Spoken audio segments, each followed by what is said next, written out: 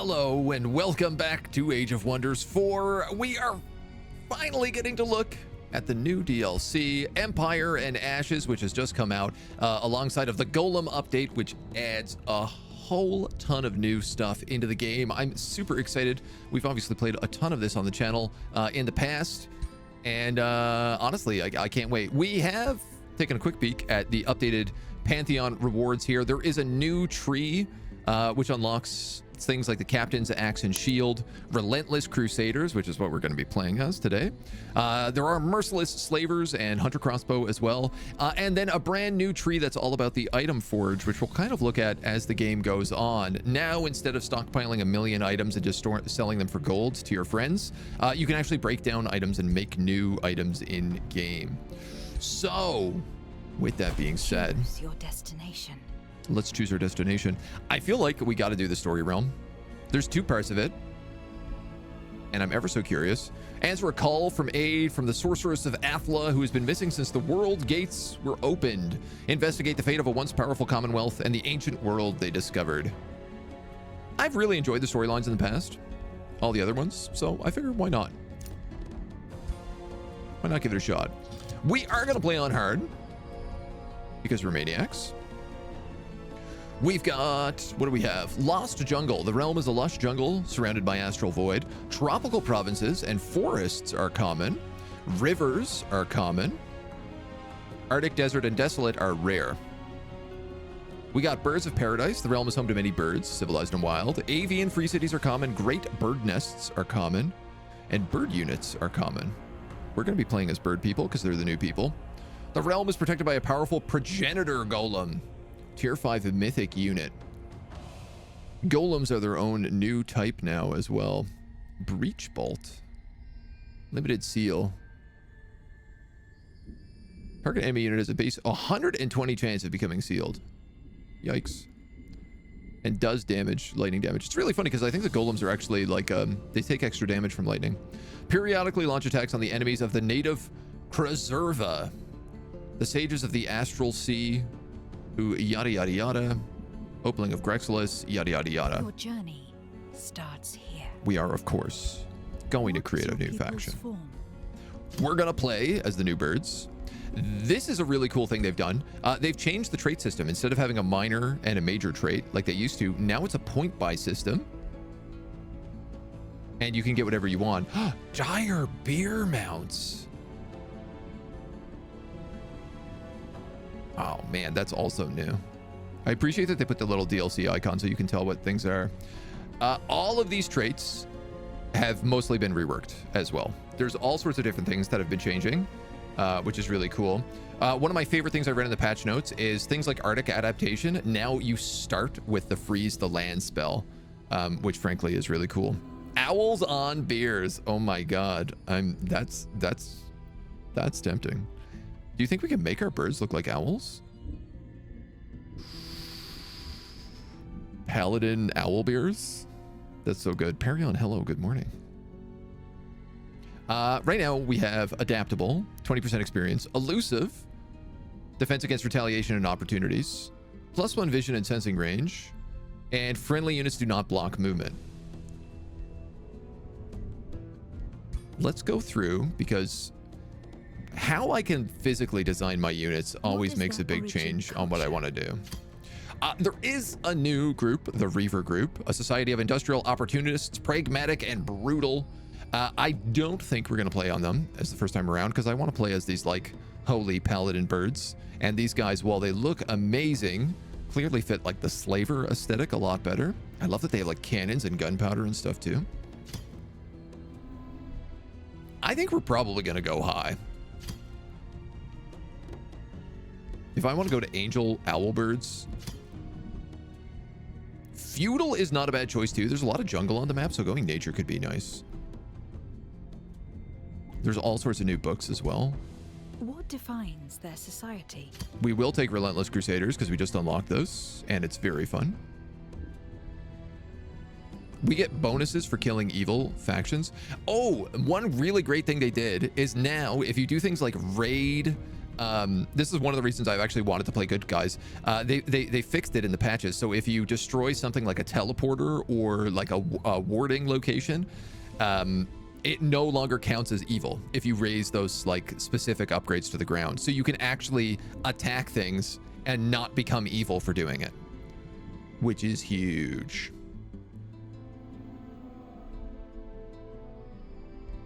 Perfect artisans, maybe? Racial units have +1 rank. City cap decreased by 1.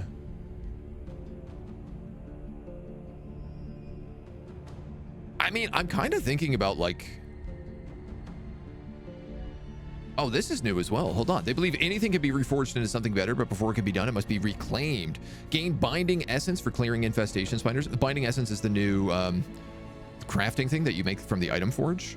Raising cities, pillaging provinces. I might do that. Out of curiosity, are there any other new things? Artifact Hoarder came from dragons. Hermit Kingdom. This one's new.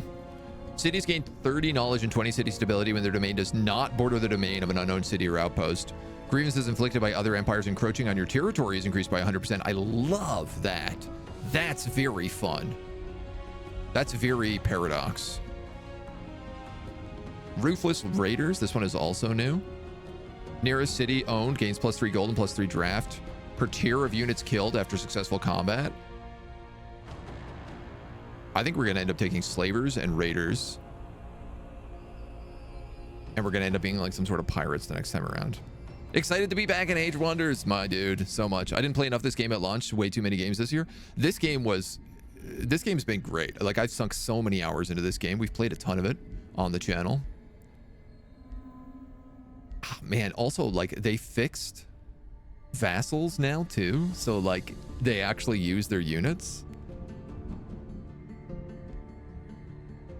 Support units and polearms. We get all sorts of really good polearms. Shield units and polearms.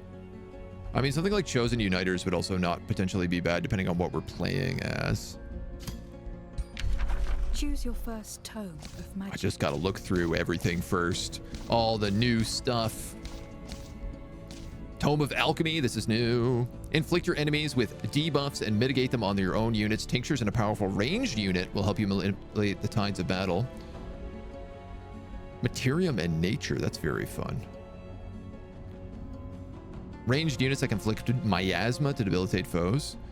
Ranged units have a little less HP. They gave -5 HP to every single ranged unit. And also, I think golems take a lot less damage from ranged units now.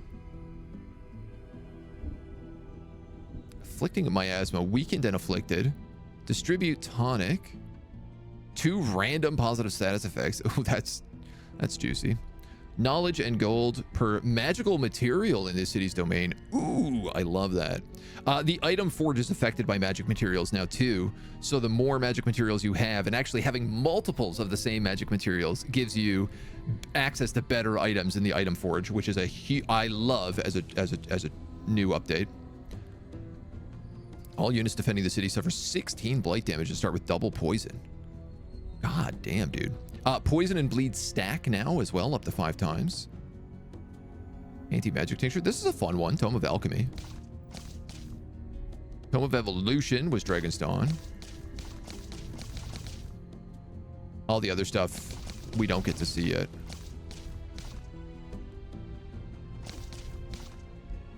All right, well, just out of curiosity, I'll just say this. We'll just take a champion for now. Reveal yourself. And I want to see what kind of birds we can make. The most important part.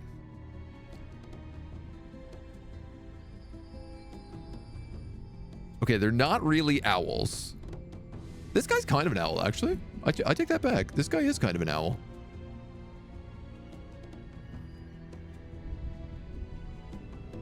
We could do owls riding owl bears. Now we have to. That's an eagle. I guess that's an owl. I don't know what kind of bird that is.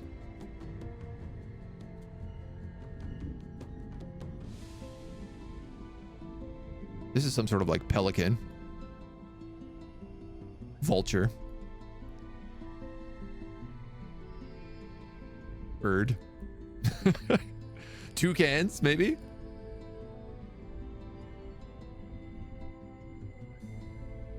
That's a toucan. Oh yeah, probably.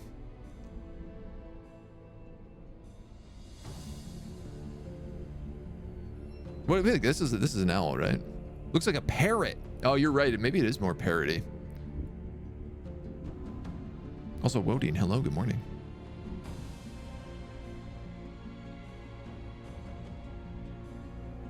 Part of me is just like, what does an owl look like anymore? Owl. Images. What do their beaks look like? Because that's really what's changing here. Yeah, this guy is the most owl-like. Owls have smaller beaks. You're right, he is very parroty. This kind of is owl-y, but it's a bit far out. Third from the last are based on the evil birds from the Dark Crystal series. No, these are vultures. Which is probably what Dark Crystal was also basing them on. This one I have no idea. Okay, what do we feel? Do we feel this one or this one? Yeah, I feel like that is more parrot now that I see it. Skezix or something?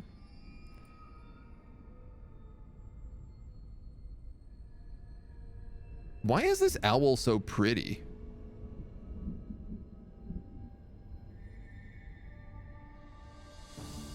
I love the insane mohawks. Oh, yes. Okay, hold on. That's looking pretty owly.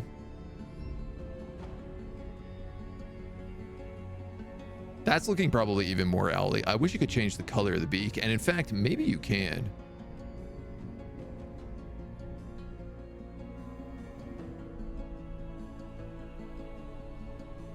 Perhaps with a bit of paint. That's toucan for sure. We could do jungle toucans. This does look like an owl, right? I think it's a hawk, and because they're majestic. Oh, that's why they're so pretty. Oh, yeah. Big chunky owls, maybe? We did unlock the captain's axe and shield, which I feel like we have to take. 3 defense against flanking units. All other friendly units gain better morale, and the battle axe, which does bleeding. I'm down with that. Owls actually have really long legs, but their upper bodies are shorter.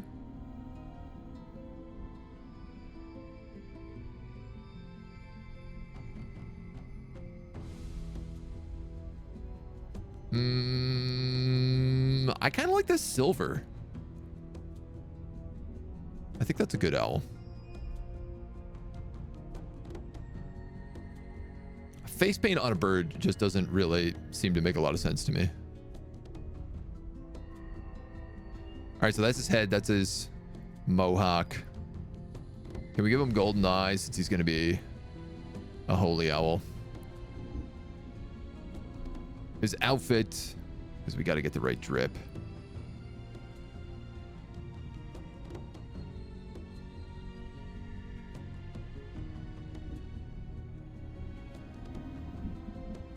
We're going like paladin. Let's go like with this classic look. Make sure he has a nice crown on as well. A good owl crown, perhaps. That kind of looks like a feather, actually. They must have added new hats. I find it hard to believe if they didn't. They might just be unlockable in the Pantheon, though.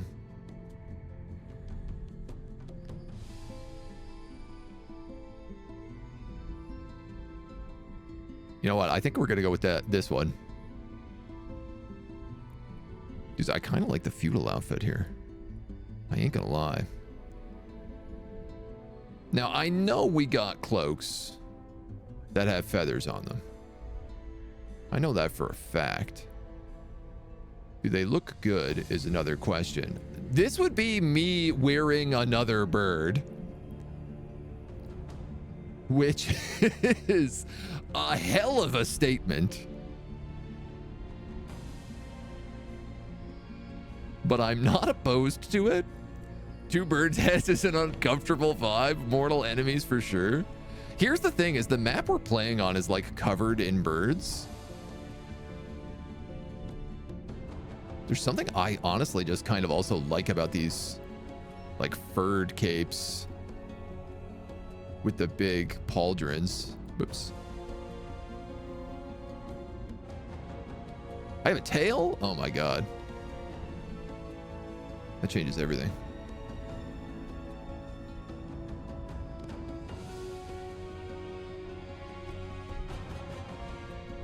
I've been so curious about this game. The character customization looks insane. It's so good. We spend a lot of time making characters.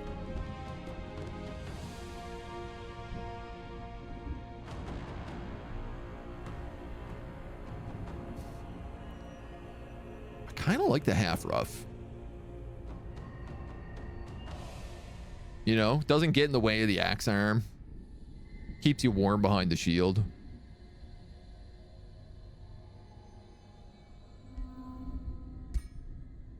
Ooh, you can also set AI personalities now. That's awesome. They've done a lot of work on the AI side, which I'm very excited to look into. Okay, so we do need to go back a few traits. What is your people's form? So we've decided we're going to be riding dire bears into combat, which give us overwhelm, dealing 40% damage against units in defensive mode. Oh, that's really fun. Critical chance. Our main guy with that shield and the axe do morale bonuses and flanking bonuses.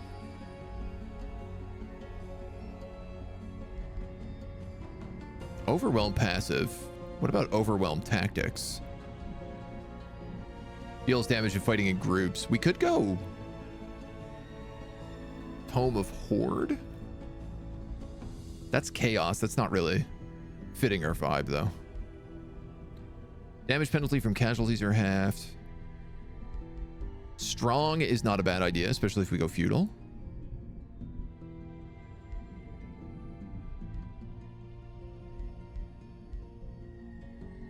Poisonous. Ooh.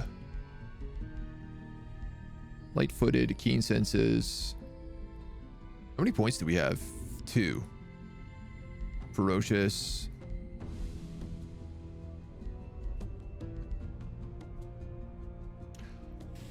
I mean, we could go something like sharp eyes for some scouting.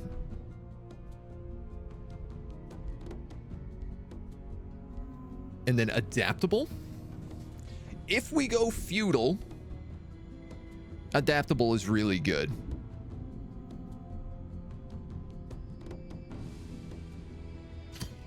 It's really, really good because all of the feudal units can transfer when they hit tier 5 into, or level 5, they can transfer into the next unit. So Owl's riding bears, so owl bear units, exactly. Haven't played this game since I beat the campaign. These changes totally make it sound like it's worth revisiting. Dude, I like read the patch notes for this. It's looking real hot. What they've added in so far looks really good.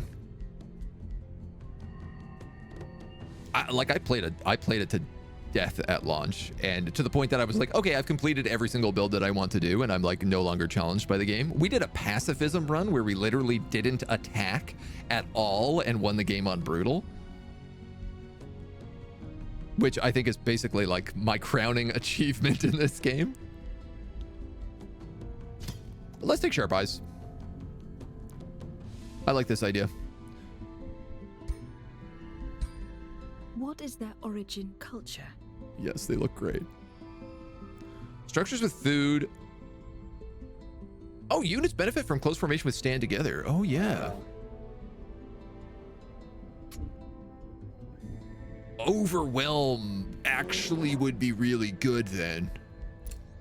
What is your people's form? Overwhelm tactics. Because they'd all get overwhelmed then and stand together.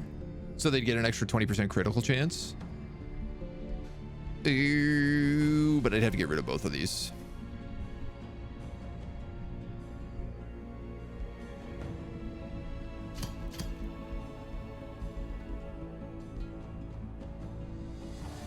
Defensive tactics is also good, but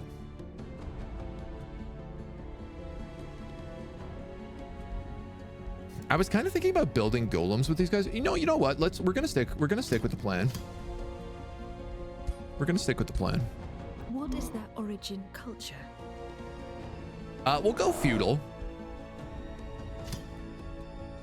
The other option is to go high. You guys get a lot of spears. You got shield units on beer cavalry,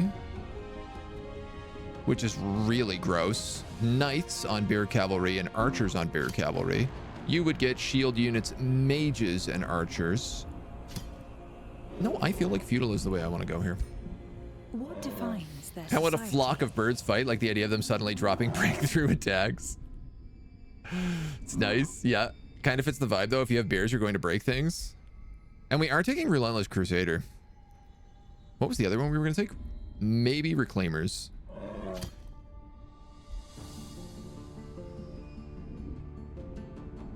I just want to try building things, which is the thing.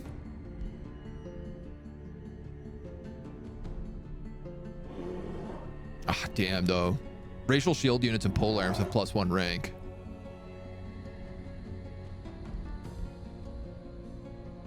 Start with 200 as starts with an item forge. Gain binding essence for clearing infestation. You know what? I don't think I need this one. It's cool, but I don't think I need it. Unit enhancement research costs less to unlock. Unit enhancements cost less to unlock. There was a shield and polearm also get bonuses here for chosen uniters. Gain 1 whispering stone, +10 good.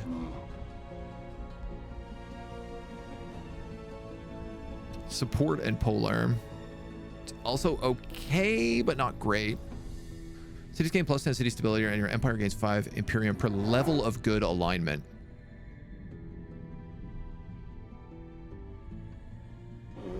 Nah, man, I feel like we got Relentless Crusaders. We can take something else.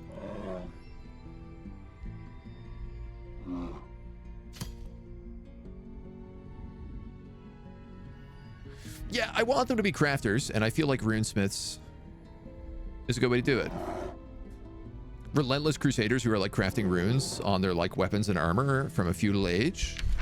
Choose your first tome of A magic. vibe on this. Now, Tome of Alchemy would actually be really good considering we have 2 nature, 2 empire. Or it would give us, sorry, it would give us 2 nature, 2 empire. So we'd have a 2-2-2, which is like not a bad start at all. They've changed away a lot of the books unlock now. They've moved some books, switched them around in tiers. But now you can also like unlock higher level books without having to like specialize in one area, I think.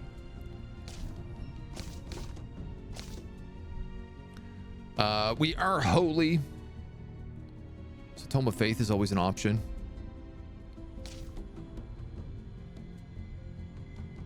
I don't think we need Zealots, so Tome of Zeal is probably not the way to go. With the spirit damage. I don't hate it, but...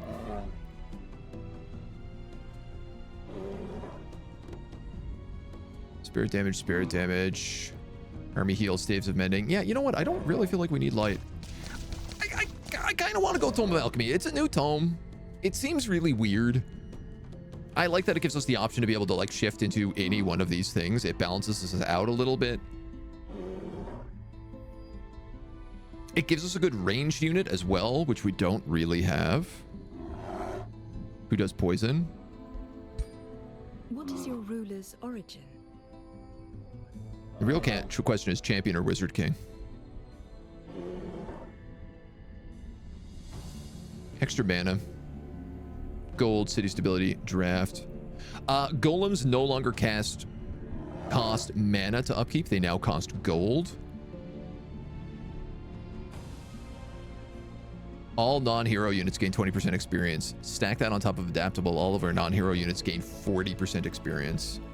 We're going champion. Reveal yourself. We're going with the Owl King. with his captain's axe and shield. He's a bit of a raider, but I kind of like it. He kind of looks like a Viking Owl King. Brown is a decent choice here. Pantheon emblems, Astral Affinity, Chaos Affinity.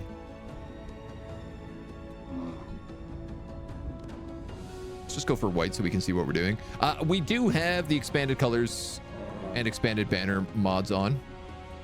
This is cool. They've actually broken it up into the different affinities, which I like. Chaos Affinity in particular getting a couple nice new ones. I kind of like this symbol. I don't know why that's chaos. Kind of like that symbol. Holy Owly.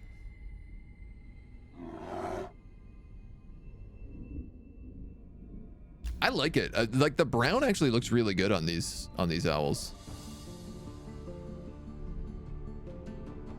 Army skin color should be the same as my guy. That's silver. Is that it? That does not look like the same color.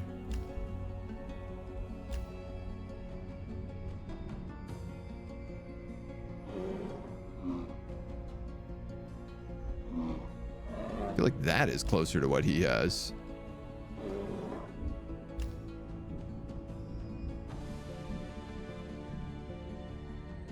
Yeah, that's almost like blue. That might be different. The head has to be the owl head. These are not in the same order.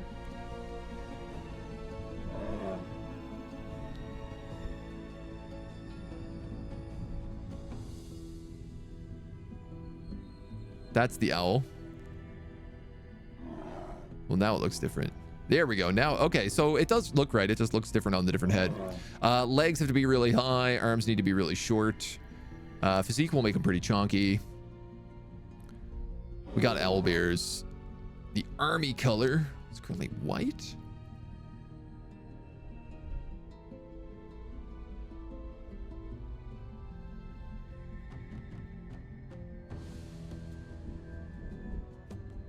This is kind of going against this brown, right? So I might actually make it just like steel.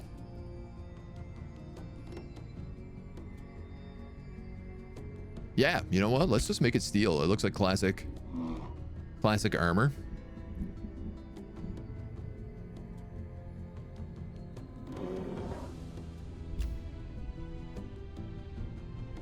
This looks good. This looks like a great army. I love the look of these guys. Simplistic steel, I like it. Your journey. King? begins. Yeah, King. The Feathered Lords. Folks, do we have any fun names in the chat?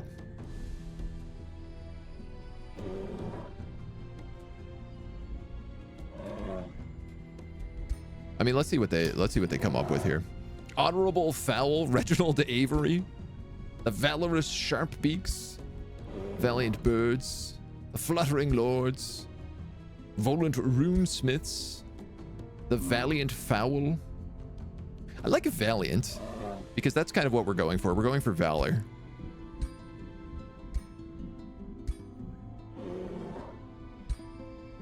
The Soft Feathered Nobles. I want like the Soft Feathered Valiants. Maybe? Turg Murderbeak? Murderbeak is a great last name for sure. We already have a Turg as one of our heroes. I can't name every hero Turg in this game, unfortunately. As much as I would like to. Hoots? Hoots Murderbeak, maybe? If they were evil instead, they could have been the Foul Fowls. Oh god, that would have been good. I'm not sold on this. The Valiant Birds. Feathered Lordlings.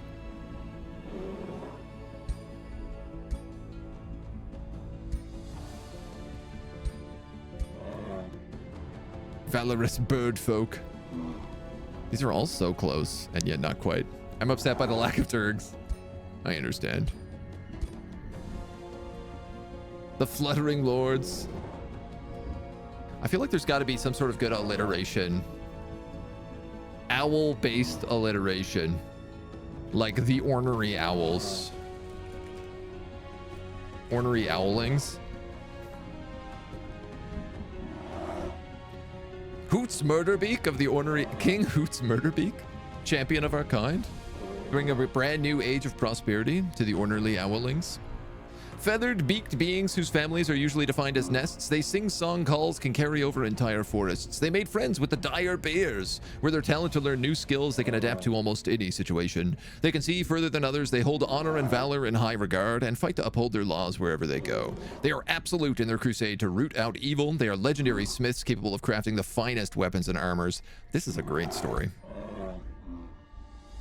I kind of actually like, because we have like the owl bears, that we have nature. Fourth age, when the final world seal of Athla was opened. Oh yeah, stories. The elven court and commonwealth put aside their grievances and made a brave stand against the invading wizard kings. In the wars that followed, these heroic alliances crumbled, and entire armies were cast into the depths of the astral sea. The dreadnought Edward Portsmouth and the sorceress Larissa commanded the vanguard of Commonwealth war machines.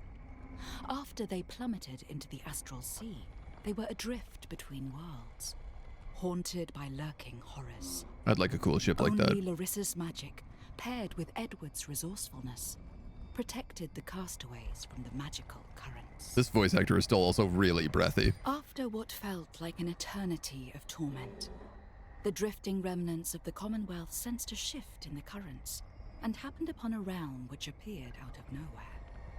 The survivors met its inhabitants, an ancient, knowledgeable people called the Krasura. Negotiations were challenging, but the survivors were allowed to recuperate from their trials. I like the idea that these like noble feudal looking people met these like Aztec birds, and maybe like some of the owls from this tribe were like, yeah, we should imitate this society, and that's how we came to be. Edward's mind, however, did not seem to recover.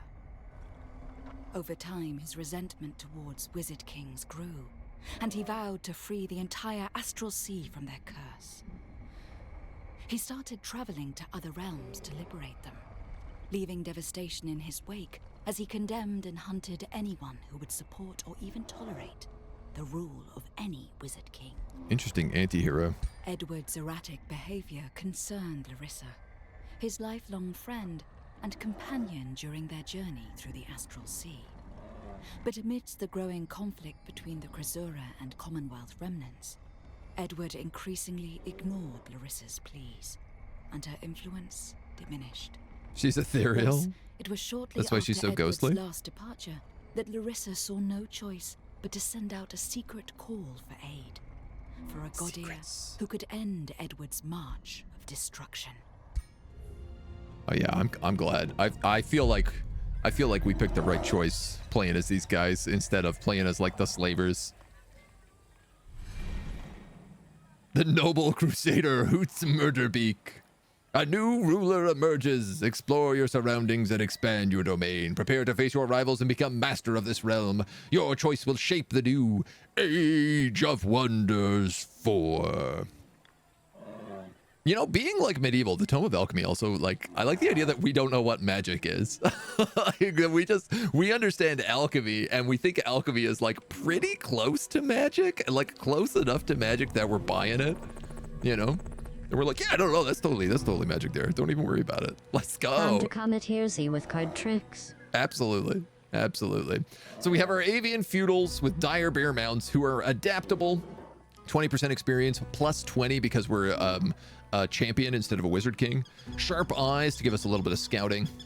We are relentless crusaders, so fighting other empires, especially evil empires, which it sounds like Edward is, will give us a bunch of bonus Imperium. We get grievances against other players with evil alignment as well. Unit enhancements are cheaper to do. Shield units and polearms get +1 rank, which is great, and we start with an extra one. I love it.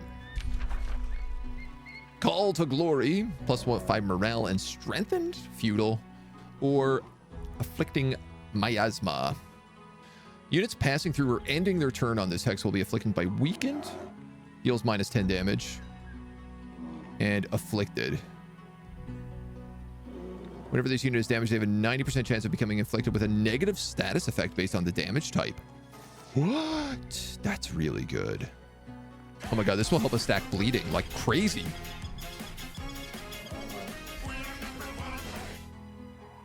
Yes, thank you for the 8. updated look made me start this game again. I forgot how much I love it. I feel you. I'm 100% with you there. It's a huge patch. The patch is so good. I can't wait to actually see how it plays. Obviously, like, in theory, it looks incredible. Have I ever played Octo? No, I haven't. I don't know it at all.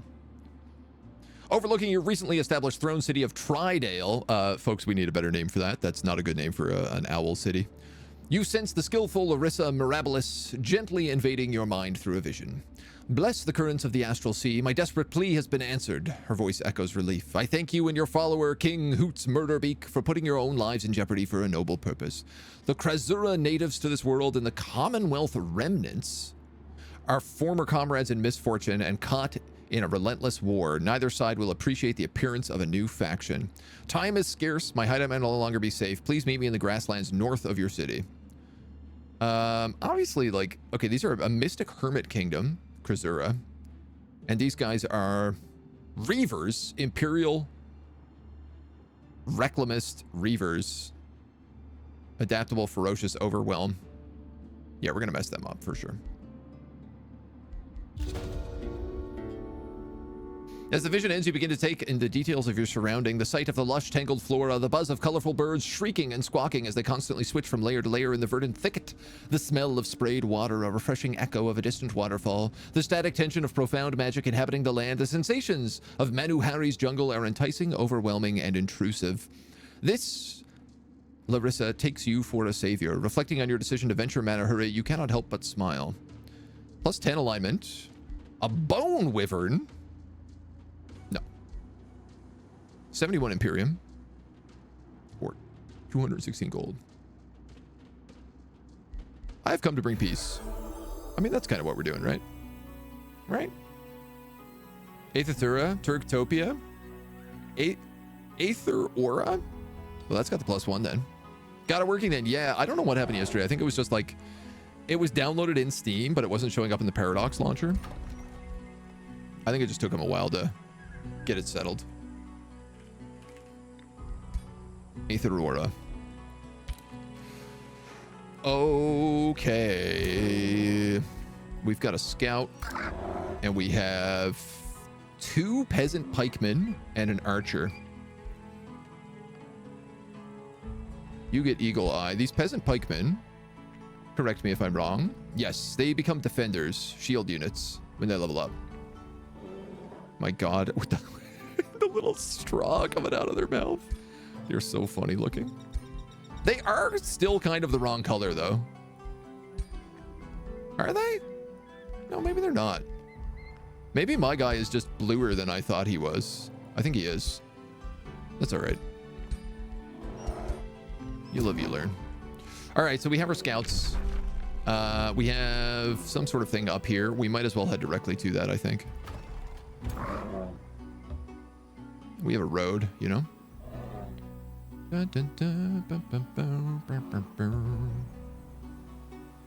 What is this? Oh, that's that crashed ship that we saw in the cutscene. Am I doing the new story realm? I am. This is story realm number 1. What are we gonna build? Storehouse.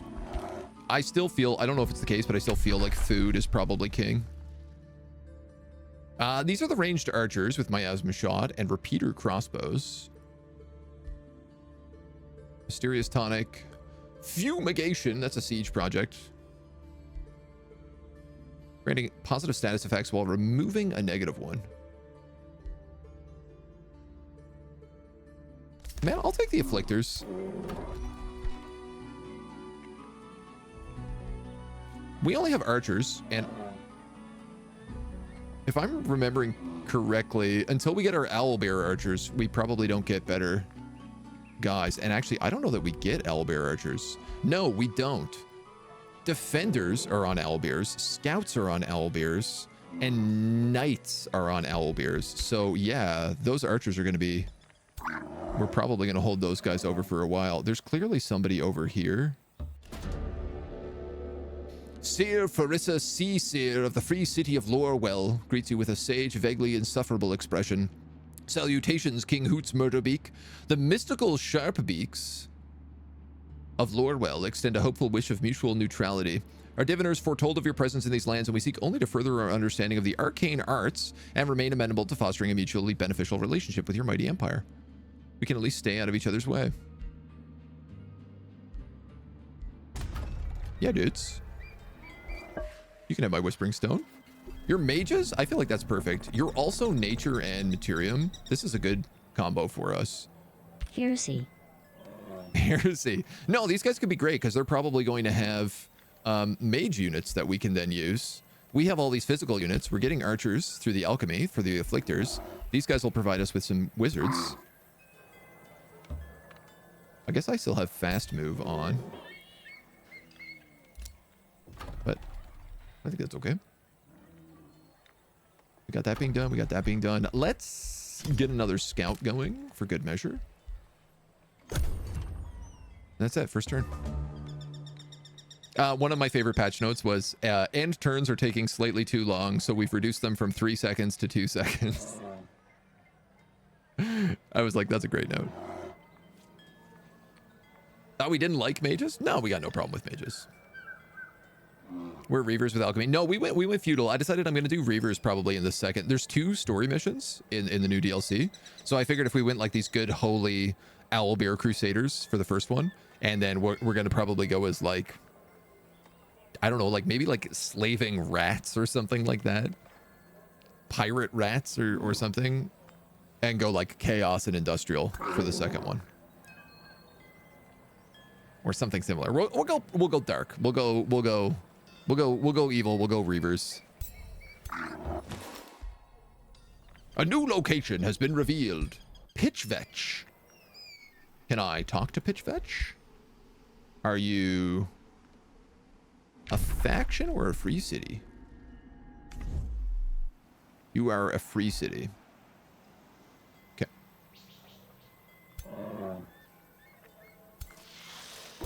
Snakes, birds. Let's get used to combat again. So Skaven, basically Skaven, yes, yeah. Zero, hello. Scuba, good morning.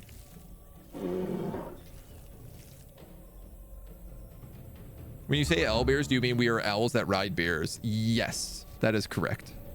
We ride dire bears into combat.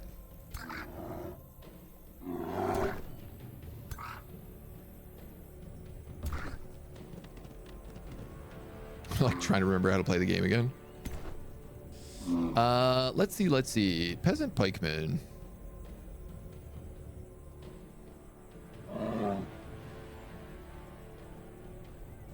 I think let's probably go like this, and this. Can you hit them? They're out of range. Defensive mode shield wall. Yeah, that works. So moving up a little front line for them to crash in against. We'll get a couple of retaliation attacks. And we have a lot of defense. We also get first strike because we're pikemen. Disease, I don't love so much. And I guess he moved a lot, so he only got the 1 retaliation. So, open up on this dweeb.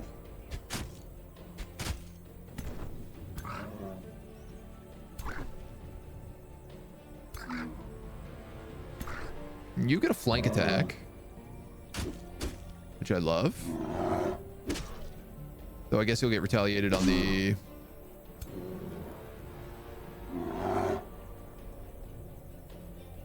So there's no... Oh, interesting. There is no retaliation at all on flank attacks. I thought it was just the first one got skipped. And then they turned around. But it's been a while, so... You can't quite You have first strike. I'm probably better off just putting you in defensive mode.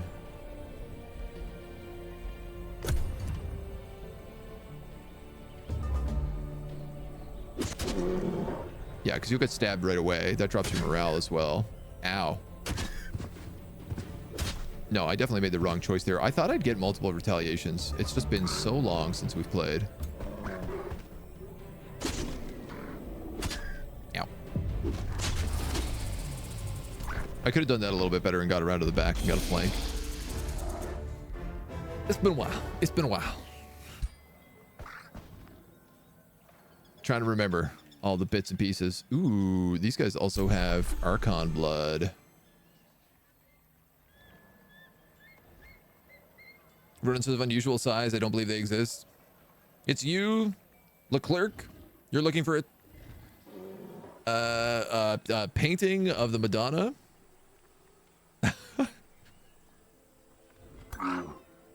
Poor, good to see you. Making me have to translate your French very badly. Oh, this is a battle. Uh-oh. Oh, no, it's not necessarily. Looking for the painting of the fallen Madonna with the big boobs. The big boobas. I was like, I don't know this term, and that's probably why. It's not really a common part of my my daily French, saying big boobas. Approaching the scene of a large broken landship, carefully placed arcane markings lead you to Larissa. Well met, King Hoots. What you see here are the sorry remnants of the vessel to which I and all the Commonwealth remnants owe our lives. It only led to more misery. Edward Portsmouth, the leader of our company, provoked the war with the Crasura, only to leave the realm soon after. He left Valerie of House Avernos in charge, an honorable person that might be reasoned with if her loyalty to Edward doesn't betray her. Ooh, I love that it's just like you don't know who this person is. Now that you're here, I offer my services to bring an aid to your conflict. End your conflict. 20% knowledge per turn. Percent knowledge is pretty nice. She is... Oh, okay. I thought if I clicked that, I would just open up like her panel, but I guess she's part of our party now. With Larissa at your side, you return to Aether Aura. I thank you for coming to my aid. She says, and you notice she is tense now that she is in safety. Being adrift within the astral sea, trying to shield our troops from the torment while slowly running out of rations, then witnessing everyone losing their sanity when salvation seemed imminent. I have seen better days in the past. I don't have much to offer, but I am a sorceress. How may I best surprise you? Tome of Evocation? No. Mana? Gain a tier 2 evoker.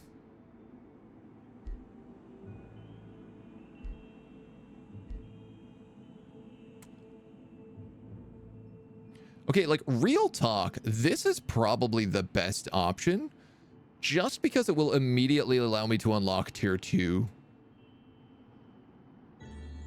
tomes.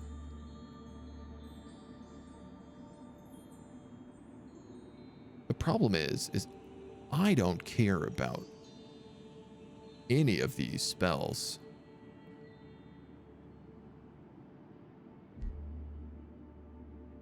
I guess I don't have a mage, though. You know what? I'll take the evoker. Why not? Why the hell not? Got yourself a space mouse. More French from French than Quebec French. It's always a bit of a mixed. Having seen the realm and heard more about the ongoing conflict, you reflect on the situation at hand. The Commonwealth remnants and the Crasura are locked in a terrible war. That much is clear. Other than that, there are many unknowns. While it seems like the Commonwealth are obvious aggressors in this conflict, the sudden reappearance of the Crasura and their home world raise questions as to whether they had been sealed within Grexelis. And why? You need to stay attentive and form your own opinion. Whether you seek to quench this war or fan it, your actions will define the fate of Manuhari. Alright. Nice chest there. These guys are guarding some stone. Probably not a bad idea to fight. We get...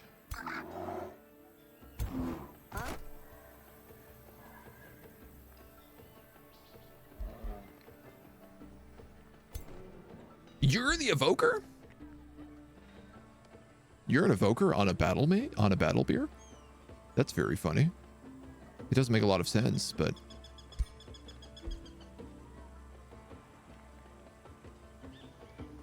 Not bad, though. Having an evoker at range who gets overwhelm. Also, they look actually really dope. All right. I'll allow this for now. Forbidden Shrine. Nice tower here. I'm going to have her just join my main army. I think. That's a bag of gold. I should have picked that up. Let's get it. Kislev intensifies. Can we rename our empire the Grand Aviary? We've renamed our capital already, but we can rename the next town we make. Larissa comes before you once more to talk about a matter of great importance. To restore peace, not only does Menuhari should be considered, but also Edward's march of destruction across the sea. This is not like the Edward I knew. I believe it must be that something is affecting him, turning him wrathful and blind to reason. It's probably the bad guys. Directly before the conflict with the Krasora escalated, Edward was studying some of their artifacts. They found a Krasora researcher, Humaro Tavi, dedicated to the works of him. He might be willing to cooperate. Yo, you looked up. These guys look great. Good ascent, King Hoots Murderbeak. I am Humaro Tavi, Chief Investigator of the Wing of the Lost Kingdom. It is excruciating, Humaro begins with mournful sing-song, how much knowledge become forgotten by our people during the Everdark, when the stars of the sky beyond no longer shone, which is why the Wing of Lost Wisdom exists, to recover and rediscover the heritage of our ancestors. Not long ago, we found a grand structure of old Krasurian architecture half buried within the desert, but it was warded by spirit guardians, and the Yukara denied our request for battle mages, giving cryptic answers as is her custom. Yukara Zandera the Phoenix. Oh, she's gonna look dope. If you were to defeat the ancestral guardians of the structure we call the Eye of Manuhari, we would be grateful and allow Larissa to partake in our research. Ooh, that's a gold wonder. That, my friends, is not exactly an easy thing to crack open.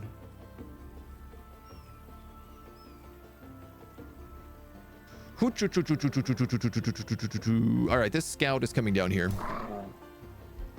This evoker kind of needs to go this way. This way. Ugh, you heal so little. Outside of the squad. You're going to hit this tower. Nice. Lots of good stuff. There's a Forbidden Shrine up here. I'm kind of thinking we hit this and we sweep this way up towards that Forbidden Shrine. You're going to move to this road and then that chest. We have a full army and 2 scouts, so I don't think we need to make anything else. Love this new DLC. It's fun to make a dwarf faction that focus on guns. Yo, I'd love that. I guess the Reavers would be... Ooh, maybe that's what we'll do. We'll do dwarves instead of rats. Dwarf gunslavers. I guess we're just making chaos dwarfs if that's the case. Just got to crack it harder. Borg, hello, hello. Thank you for the hydro check. A bone wyvern mount. All right, well, I guess let's put that on you. Sorceress riding around on a bone wyvern.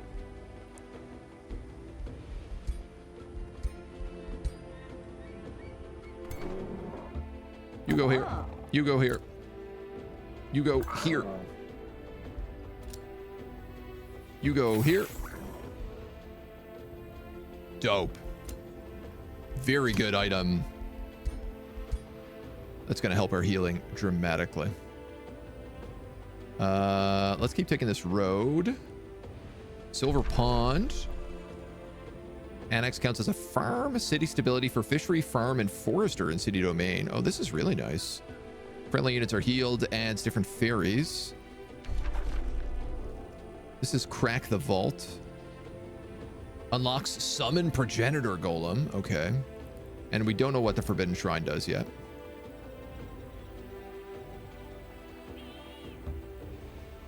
We'll go here and we'll hop on the road. And I think what I'll probably do is I'll let this guy come this way and you can go down and sweep south. We have factions here and here. And we don't know what is in those 2 directions. So locking up around here would probably be good. We'd have the mountains, we'd have the lake, we'd have the Eye of Manuheri not far, the Silver Pond, lots of forest we could gobble. You're ready to annex. We're definitely going to give you these sheep because it's also pastures. It's also on a river. That's going to help us grow a bunch. A whole heap load. And in fact, I really should have done this a long time ago. Spend a little bit of this. This is also on a river. We get the iron deposit. That gives us a gold vein. I'd rather the production. Is this piece also on a river? It is. I forget about spending Imperium sometimes. Mole gun reavers? Mole rats could be fun too. Drag everybody back under the surface? Oh, I love this idea. It's getting better and better. Since I beat the campaign today, I'm going to make some human reavers called the Inquisition. I love it. We made an Inquisition before. We made a Holy Inquisition. They were really fun.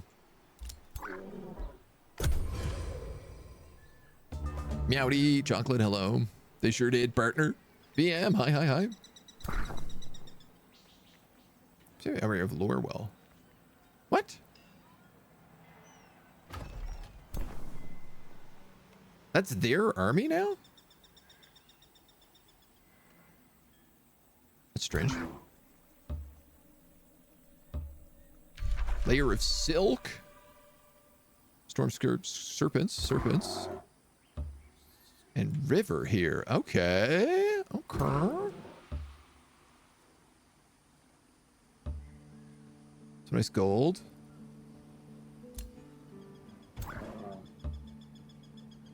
Think I need to find out what's down here. Though it looks like nothing is the answer.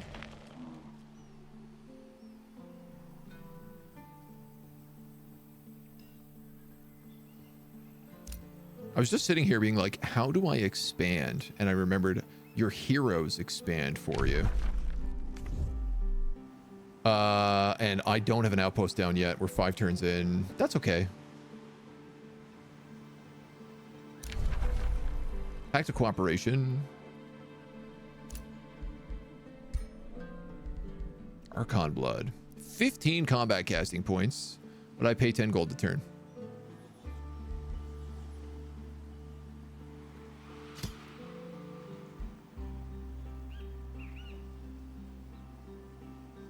Is this 10 gold to turn, or is this just 10 gold?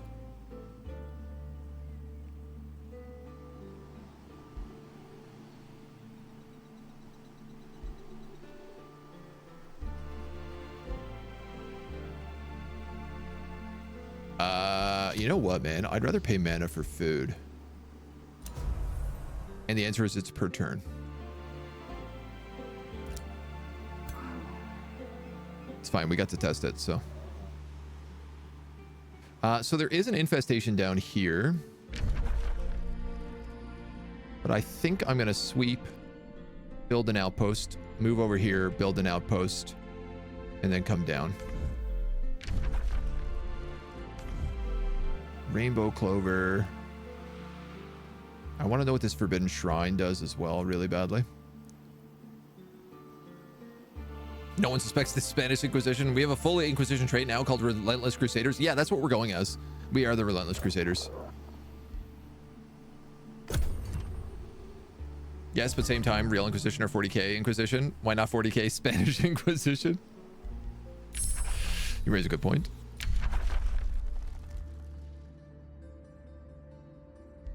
Don't need that. I like Material Refinery. Gain 2 status protection. Negative status affects this build. This is a pretty good tincture. But let's go for Magic Refinery first. I'm gonna take that mana. And we're gonna go running down this way. You're gonna go up here and not find much.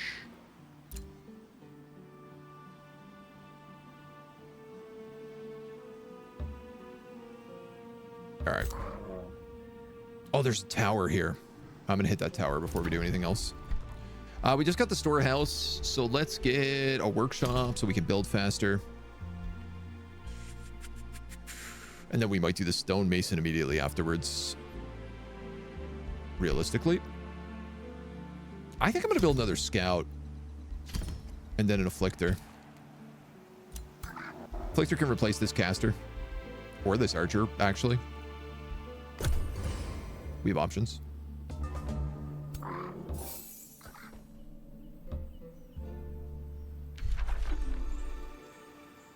Ooh, blessed souls. Oh, that's going to be amazing. 2 knowledge per research post in the city domain. And there's mana right there. Yeah. Yeah. I'm vibing on that. Let's pop down here. And then let's not hang out. Small creature cage, maybe? We'll pop down here. Then we'll pop right out. And just finish this. So this is all coastline. Wonder how much of this is. All right. It seems like there's a choke point here. That's water. That's Astral Void, actually. Oh, I'd like to see what that looks like when water meets Astral Void. So I'm seeing like one pathway here, one pathway here. And then the next pathway is like way down here. You can annex again. That mine is occupied.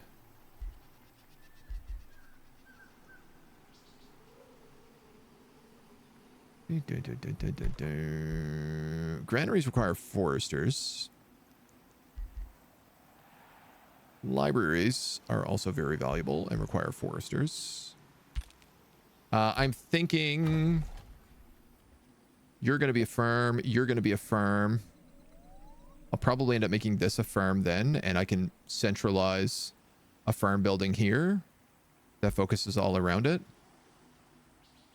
I mean, the problem I have right now is there is rivers everywhere.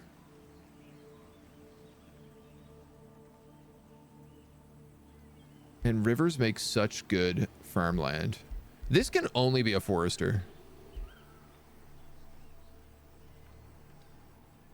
Alternative problem, these guys are expanding in this direction.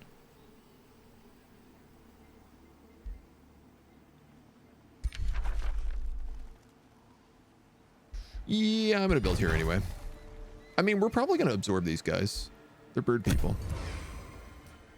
White Watch in the future, we are Relentless Crusaders. I do say this, though. Running Reaver Dwarves with Great Builders and Reclaimers is fun. Craft your own weapons. Yes. I like that idea. We are runesmiths. So the idea is that we can upgrade our guys really easily. You know what? I can walk down here without trespassing now. So let's do that. A Great Bird Nest. Silver Infestation Spawner. A Lesser Snow Spirit. I mean, I'll take them. I don't know what I'm going to do with them. Archon Blood here. Archon Blood here. What is this guy? He's a skirmisher. Just have him run a little scouting right now.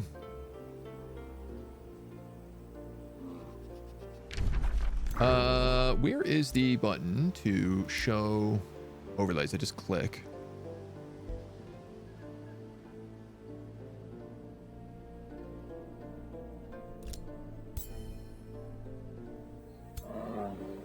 I kind of think I might want to go a little bit further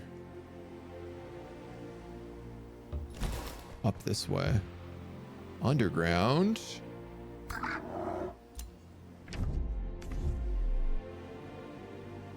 One, two. That's actually 3 away from here.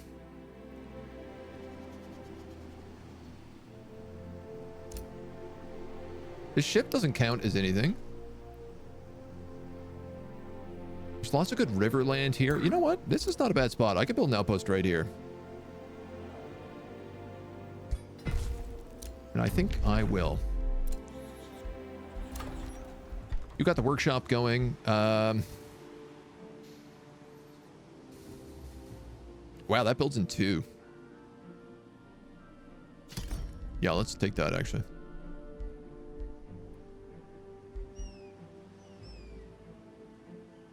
And then probably the stonemason right after. Just for good measure. We never got this tower because we're dumb. We've explored down that way, so let's have him go here. We're back on a road now as well.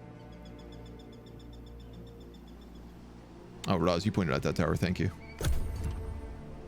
Ah, we've met the birds. The Yakura of Manuhari, a flurry of colorful wings accompanied the tweeting songs from 1,000 beaks, herald the arrival of Yukara Zandari the Phoenix. It's true what the flying eyes have described, and the serpent has shed its tail to grow a second head. Zandera stares at you as if she is attempting to pierce your soul. Let it be known that the Krasura are no helpless foe. The ingenuity and indomitable will of our ancestors let our spirits soar high and plunge the serpent into the abyss. Flee these lands of our protection and return to the sky beyond. The Krasura will invoke their wrath upon any invaders. Go straight to war. Serpent, sky beyond? I don't understand. What's your deal? Astral. You're big on astral. Erudite sage. Don't break treaties. Strong research. Dislikes empires that are at war with a large military. Okay. Zandera shows no intention of enlightening you or the meaning of her words. What a shameful age we live in where the ignorant are given the power to challenge the wise. Our forefathers were the sages of the sky beyond, guides and gatekeepers to many worlds. The lion himself, an archon, who ruled above all, sought their counsel and aid against its foes, but when the lion fought the world worms, it became the manticore. And a lion. Archons, betraying and stinging our ancestors with its poisonous tail. We prevailed through the darkest nights, devoid of light from the sky beyond. Now a serpent has come with thunder and fire, maliciously feigning woe. Whenever it grows a new head, we peck it out. The serpent is the Commonwealth remains. Change to war. I am not the serpent, or one of its heads. I've come to restore peace. I mean, I am going peace right now, right? Zandera ignores your attempts to speak of peace, turning her back on the conversation. It's clear the Krasura have suffered too much betrayal and aggression from foreigners in the past and present. Their trust will not easily be won, but there must be someone among your people with at least the willingness to listen to you. Send out heralds, lose 65 Imperium. Raise my inner voice, lose 165 mana. Right now I'm not really using my mana for anything, but also we're not really making mana. Production is blocked, growth is blocked, draft is blocked. I'll get rid of mana.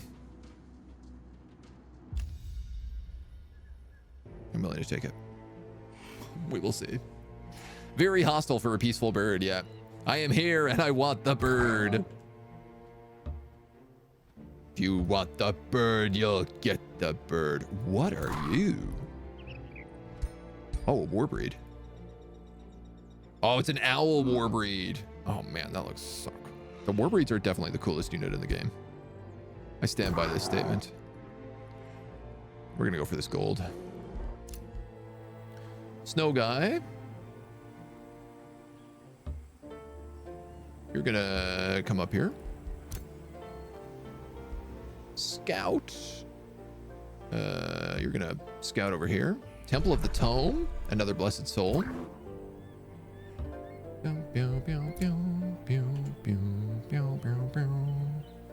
I guess let's keep scouting this way. So the Krasura, I think, are down here because they came over these mountains. Level 6 with a little magma guy. I mean, we could have nuked her probably if we had an army over here. Why is she riding a bird? That doesn't seem appropriate.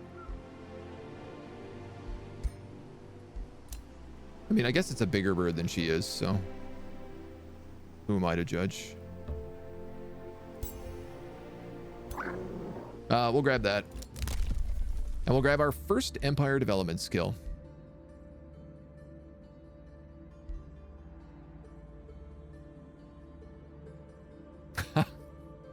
Damn. If only we had this seconds before.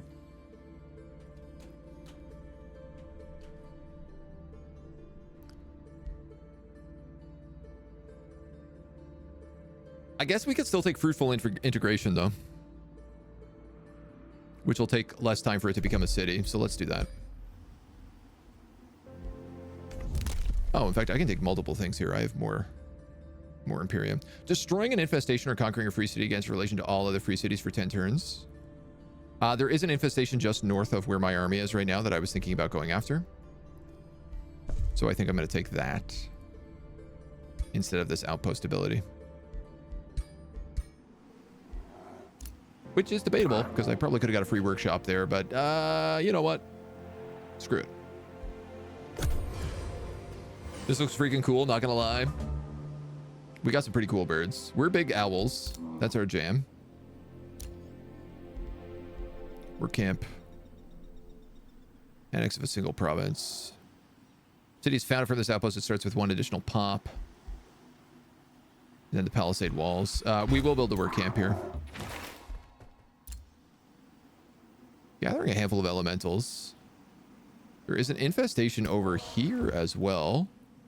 A derelict workshop.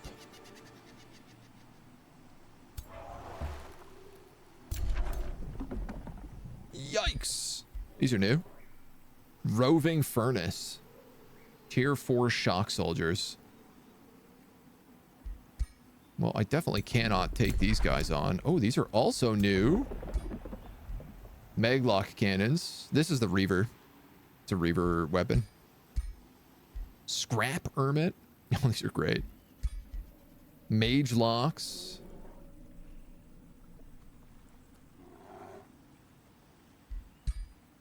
Iron golems. Hidden garden. All right, we're gonna see what this one is, if that's the case. We've unlocked the material refinery. Steadfast. Steadfast is really good. It's a feudal spell.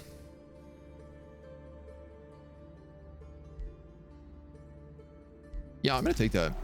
The computer is more likely to kill your units now in the game. If they recognize that a unit has low health, they'll actually target it now. So, is flip the bird an option? By the way, have I heard that bird is the word? I have in fact been told. Well, I haven't been told, but I have heard. I have overheard that bird is the word. Where is that scout? There he is. Great bird nest.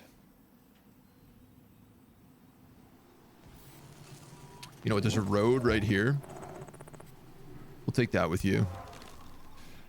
This elemental. I don't really want him scouting.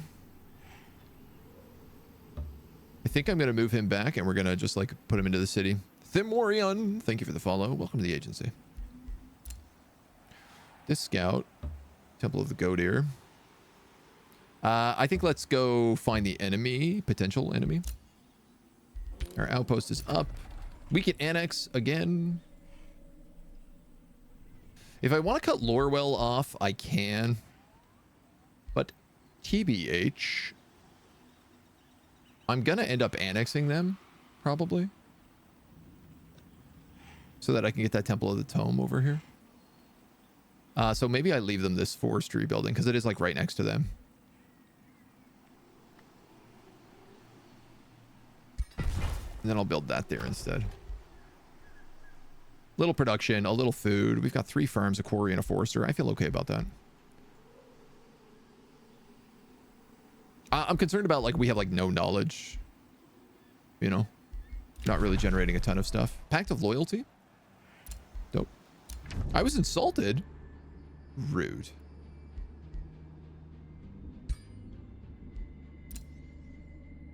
If I forgive this transgression, it's an act of good. So I'm going to do it.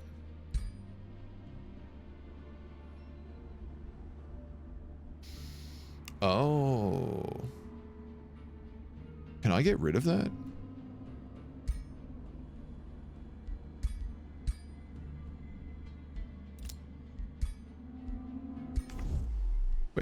Wait.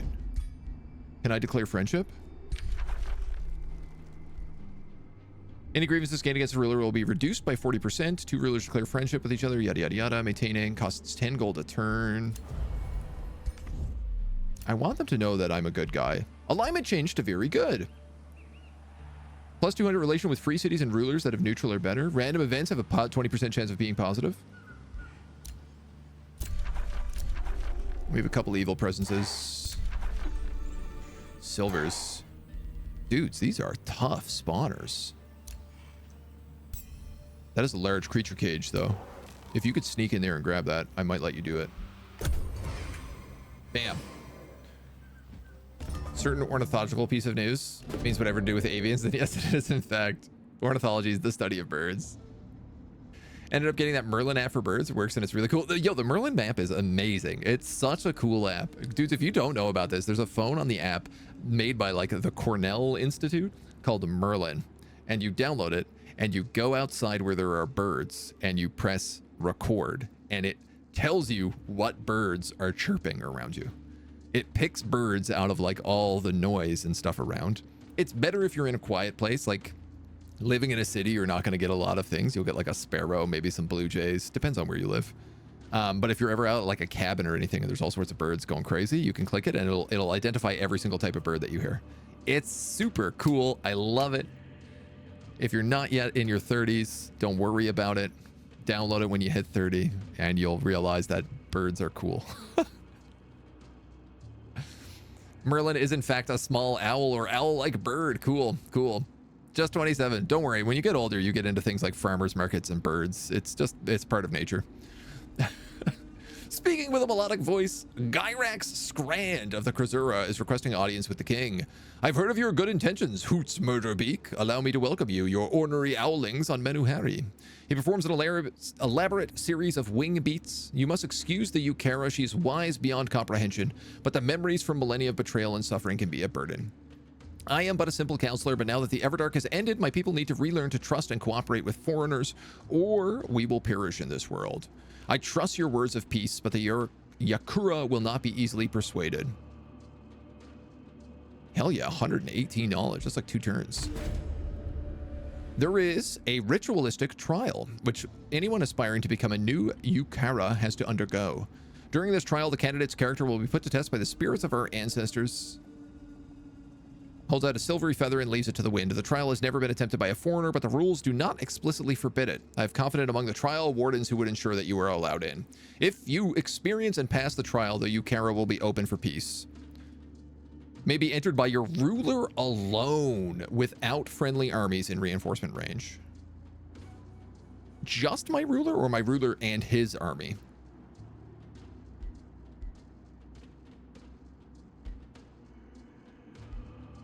Obviously, I'm going to take this quest. Trial of fealty, wisdom, leadership. Ah, that's not so hard. In fact, we can do that right away.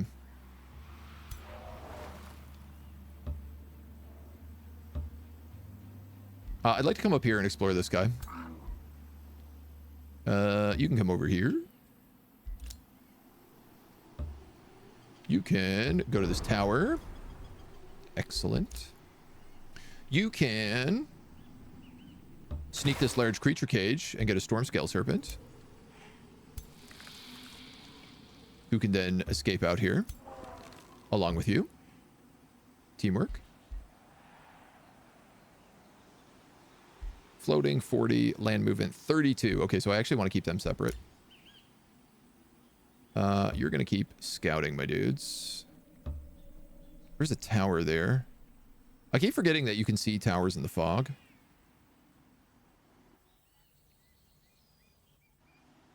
Yeah, I might actually go back up that way with you.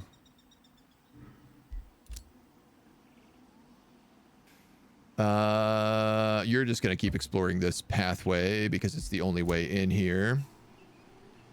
You hit 30 this year and you downloaded the bird app. Nice. I'm exactly 30. Does that count? I'm allowed to be a fan of birds. You are in the zone. You're in the bird zone. Why am I losing so much mana? Unit upkeep. Oh, it's all the summons. got to be, right?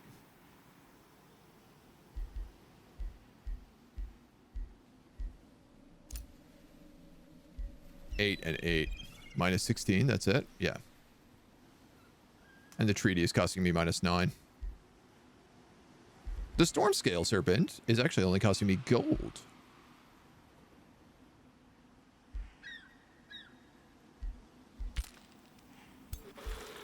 I don't need this guy.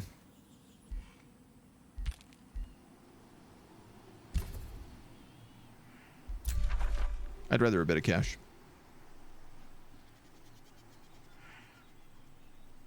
Happy birthday. Not that exactly. Almost, but not quite. Oh, amazing. We also upgraded our city now, so we have access to bannermen and defenders. Hop, hop, hop, hop, hop, hop, hop, hop, hop. I have a mage. These are going to become defenders. Yeah, we're going to make a bannerman, and we're going to take, what's her face out of this army. Because she'll be our second leader. This is new. Cool. They remade the spellbook UI. Did they remake any other UIs? What else have we unlocked? Excavation. I have enough to get military engineering, so I'm going to do that. Because we're going to grab this quest, come over here, probably second city. Where are the quests? There's one here, there's one here, there's one here. Shouldn't there be 4?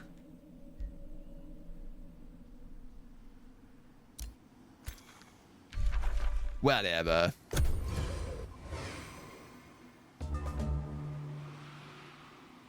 Only wonder in this channel is the wonder I feel when I look into Ano's eyes. Oh, Rando, you sweetheart. I hope you're doing well. Let me give you the shouts. Fantastic streamer, guys. If you don't know Randolph, please go follow him. I'm hanging out in his community all the time. He's lovely. Lovely individual, plays lots of good games. Moved from the US east to the west 2 months ago. So many new birds. Very exciting. Yeah, you have to like download data based on like where you live in the world. You have to tell it where you live so it knows what kind of birds to look for. A space mouse for your CAD work? What is a space mouse? Necessary to buy the DLC to have. The patch doesn't require the DLC. So the whole Golem update to the game does not require the DLC. The things locked behind DLC are... I'm going to probably say the new tomes. The avian race. The new civilization starts. So... I don't even know where I'd find that too.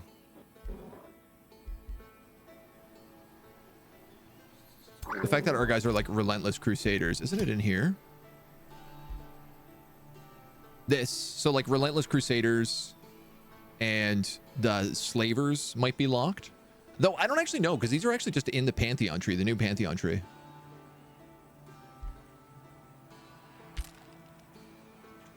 And I would probably say the item forge is locked. If I was guessing, I would say the item forge.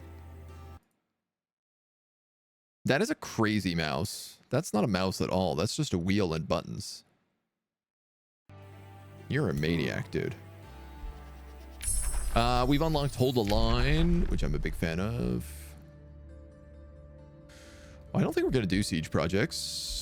But an Enchanted Crow Companion would be very nice. +2 scout range.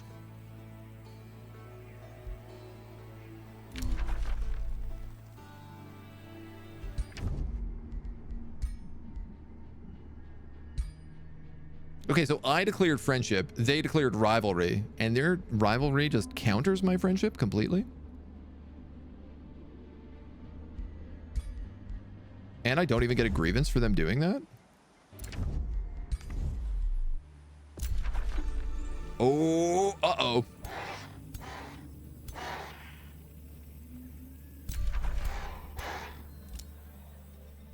Uh-oh. All right. This guy's thankfully en route.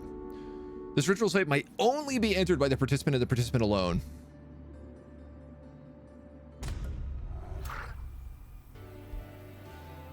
Spellbreaker, an arcane guard, and an arcanist, and I have to kill it with only my hero? All right, we gotta level up if that's the case.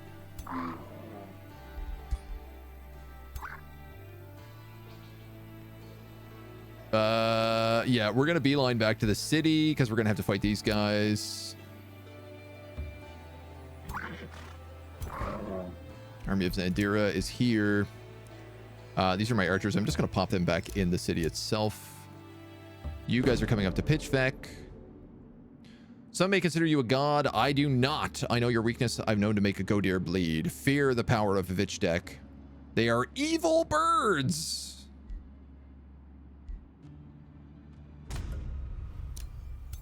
Well,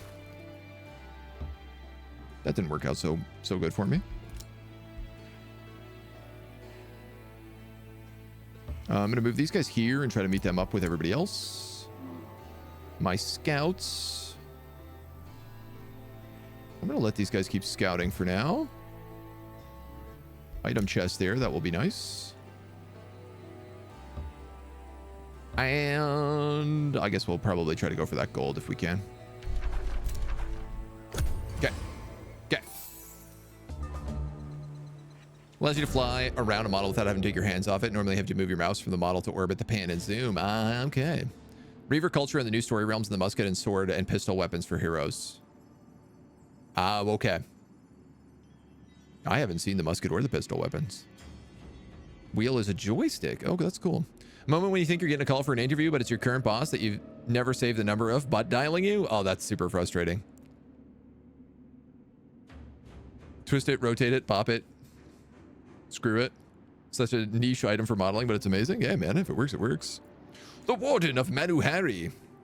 A mechanical shriek announces the attack of the Warden of Manuhari, imbued with life by the ancient Karazara. The powerful progenitor Golem is a god protector of Manuhari, assaulting trespassers or invaders in the realm without mercy. According to myth, it has once defeated the obsidian world worm and through it achieved immortality. I mean, it looks dope. The ancestral army of the progenitor Golem has been sighted at the forest northwest of my city. I gotta fight you too? 644. All right.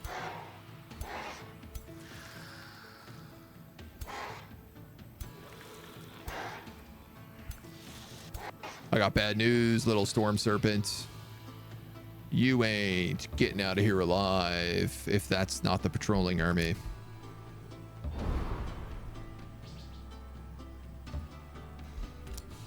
Oof. All right, you're gonna get this. An eagle mount. Okay. Now I could be the birds, riding birds.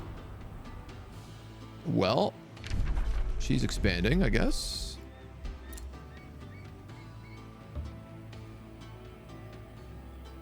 I'm going to keep going this way. It looks like there's another tower here. You're going to race down here as fast as you possibly can, and we're going to go into a real defensive mode right now. I have a bannerman forming. This outpost could have some walls.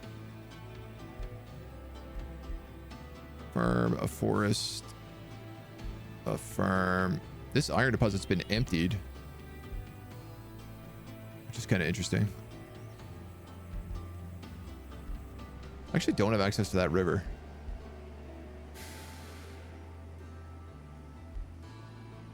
We're gonna need... Oh, you are on a river. All right, well, I'm gonna make you... Oh, you're in the infestation. God, there's always something, isn't there? You can only be a forester? I guess let's make it you to start. You're passing. And we're cruising. Maybe you can finish that quest, only taking hero and armies, not two heroes. I think by the sounds of it, you can only take your hero and nothing else. We're going to try to keep this guy alive by fleeing, obviously.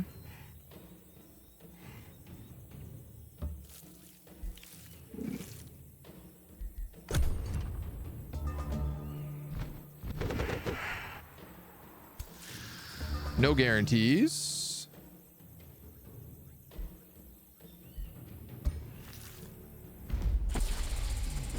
Dead. We certainly weren't going to win it any other way. Now we have this dweeb here too. Okay, so you need to leave. You need to join my army.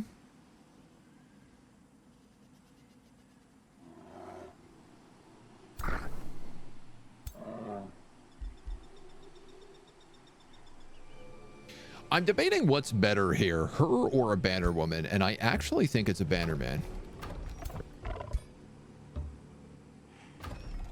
As weird as that feels to say, I think that's the better choice for me.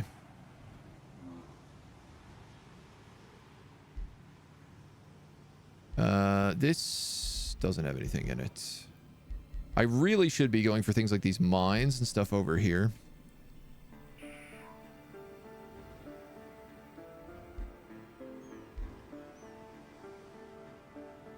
I don't want Lorwell to get too big. We'll go quarries so that we have a little room that we can build stuff up. All right, well, then you have a mage, you have an archer. You are going to need, like, pikemen, probably.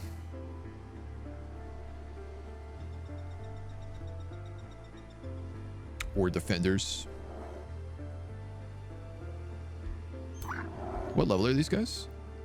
Tier 2. No. Soldiers. Soldiers. I can't believe how bad we've been at leveling our characters up. It's actually been abysmal. 400, 200. Ooh, that's rough. All right, we're going to stay put. And we get more people. More people. Seer Vela Ravenbeak of the Free City greets you with an intrigued glance. Well met, though ways differ from your own. Your pursuit of glory intrigues us. These guys are evil. But they're a free city that I wouldn't mind making friends with. I've only got the one Whispering Stone. And you vassalage in 2 turns, so once they're done, we'll just swap it.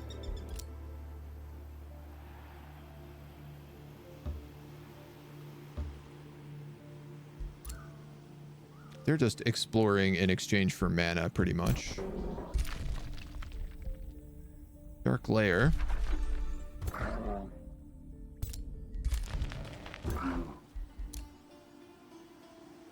Our scouts just feel like they are useless right now. Portentium.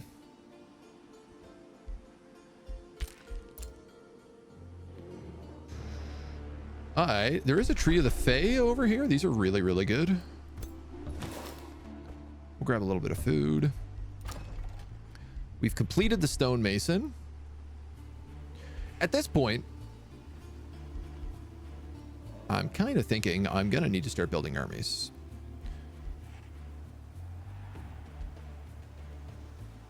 Clergy Common gives me mana and gold, which is nice. This is a special feudal building.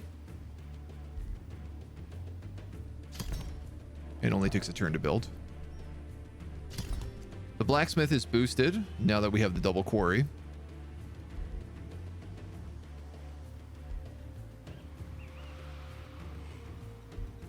This will all solve. These tithe shrines are quite nice too.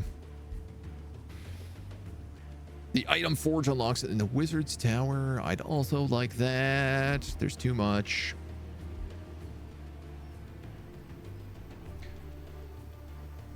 This levy camp I want here. I might actually do that before anything else.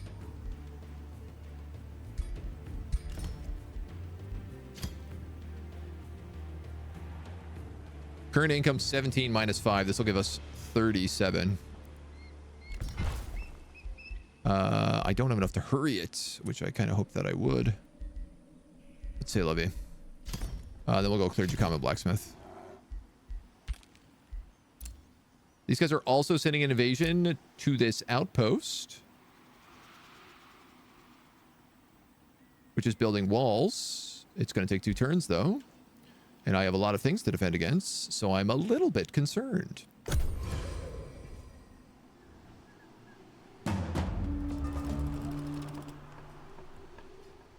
All right, we're being sieged. Crow Companion and a new tome. Excellent.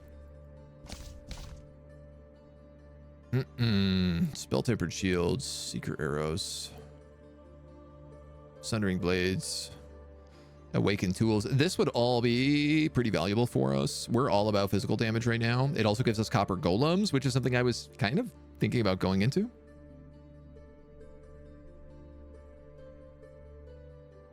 Because we get defenders, but we don't actually get pikemen past the first tier.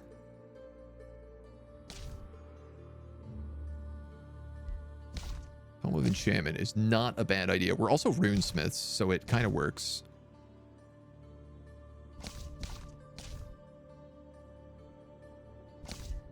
I suppose the other option would be Roots. Doesn't really make sense for us, but yeah, no, let's go Tome of Enchantment. I think this is the right choice. Enchantment is truly a union of the worldly and the Enchantment? as it requires both a steady smithing hand and magical prowess. This quote is by Enhanced weaponry, the bad guy, tools of labor, and Edward even your Portsmouth. people to see your empire rise above any other. That's kind of cool. All right, so Sunder Defense reduces enemy defense on polearms and fighters. Seeker arrows on ranged units give +1 ranged.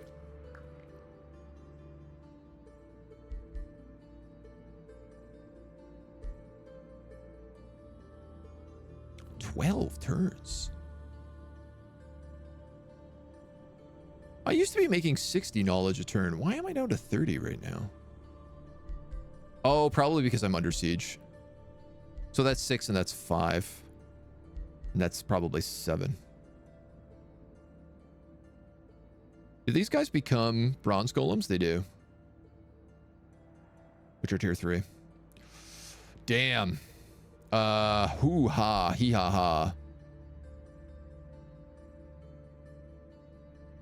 I'm actually going to take those because I can summon them as a spell.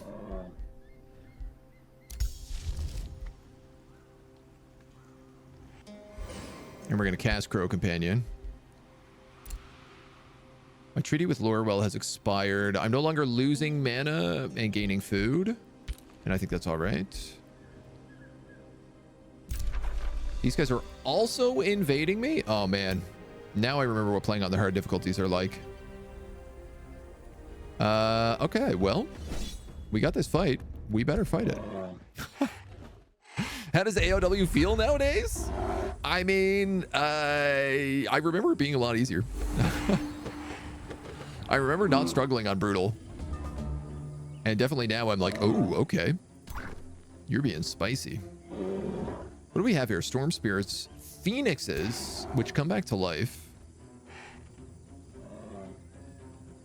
With a fiery rebirth. These guys aren't too bad. The birds aren't too bad either, but those double phoenixes are yucko.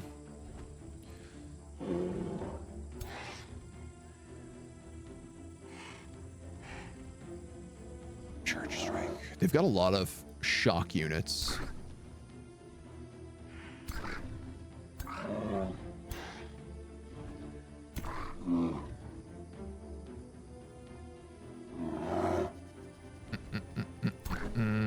If I go like 1, 2, 3, I think that's what I'll do.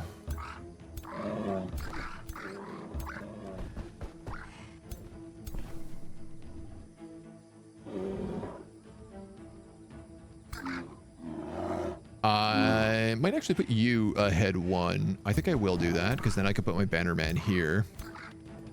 My Archer here, hidden. My Evoker here. This Sorceress can move there. This Archer can do its best. It's probably going to get destroyed. Maybe. Caster and all adjacent friendlies gained bolster defenses, bolster resistance, temporary HP. Let's bulwark.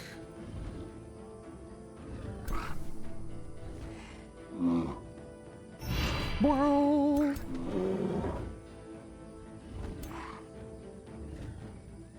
Deal damage to an affected target and create afflicting miasma on their hex.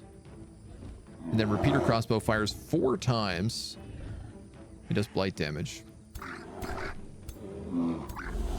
Alright, we can't really do a lot here, so let's just make sure we're like facing the right way so we don't take terrible flanking penalties.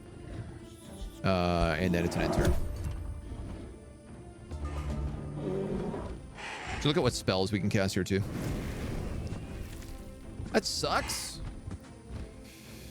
That double sucks. I can heal, at least with that banner, man. Lord knows I'm gonna need it.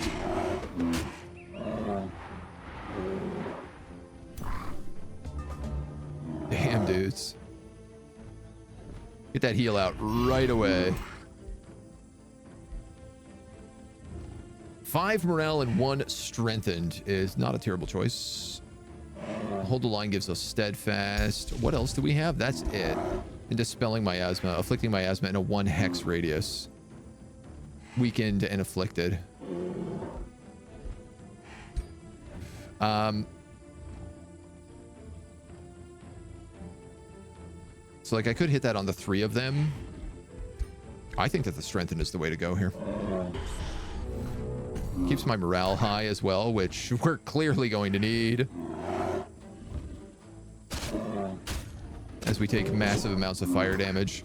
My Bannerman should be able to like keep us up in some nice spell casting, which is good. All right, what does the Evoker have? Electrifying Arc. Target enemy and 2 others are dealt and electrified. You have Cosmic Bolts.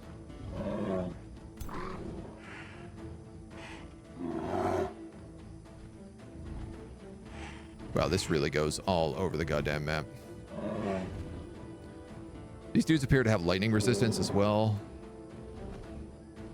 So I don't really want to hit them. I think I'm going to hit the 3 of these.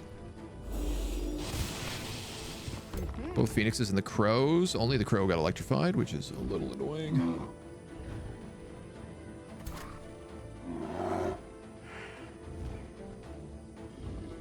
If we move here... We have a terrible shot on them, but a good shot on them. Which we're just going to have to take.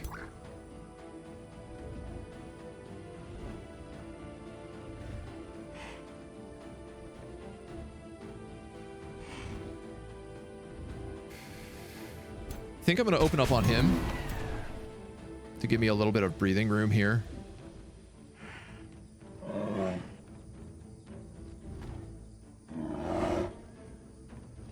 You can't be flanked, but you just take so much damage from hitting this guy. Oh, you have Giant Slayer. Oh, well, that's nice. I didn't realize that. I did not realize that at all. Frost weakness, but lightning resistance, but really hard to hit. I'm literally thinking about killing the Crows so that all of these guys don't end up flanking around. They're much easier for me to kill. And if I can kill the Phoenixes both at the same time in like the final round, I get some nice advantage from that.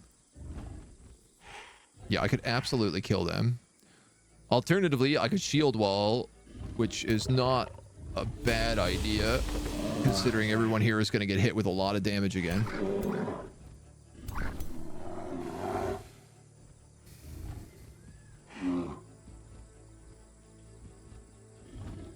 Yeah, I'm going to do that. Hold the line! Oh man, that burning is a ton of damage. Oh, of course, the Phoenixes can just fly right over me.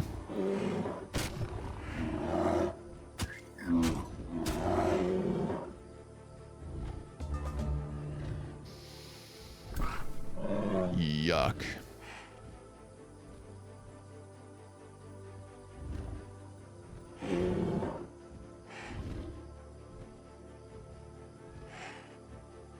1 defense, 1 resistance. This gives 2 defense, 2 resistance. And all friendly units gain 3 resistance and 3 status resistance.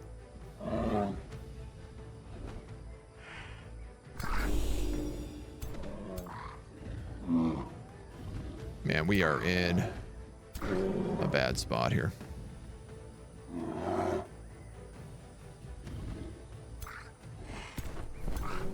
I can't swap. I can move.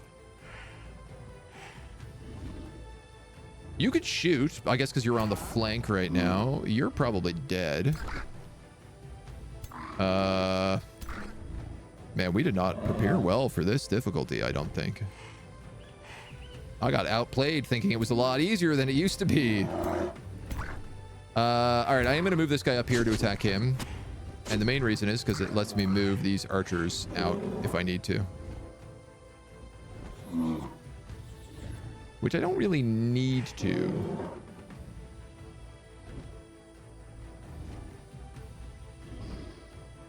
So then the question comes, do I want to go for the Firebirds? I don't think I do.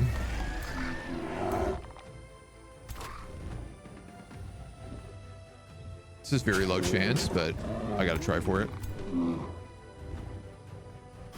My poor evoker. You're stuck no matter where you go.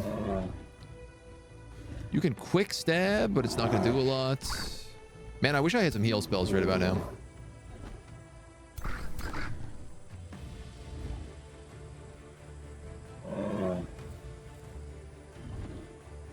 That's a brutal retaliation. That's a brutal retaliation no matter how I cut it. We are screwed.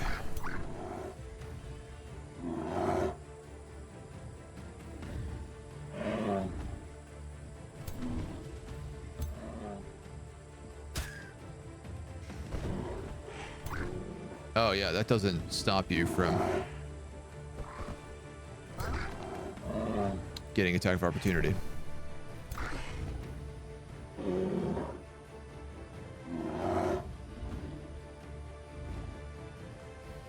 All right.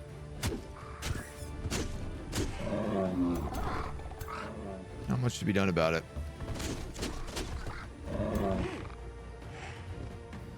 You can do a quick stab. And I guess that's it. And then I think we just get absolutely spanked here.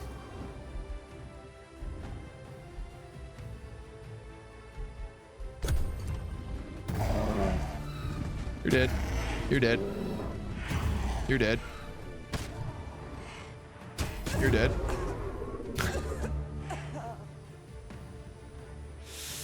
Ooh, man. I can't believe how much I badly estimated this fight.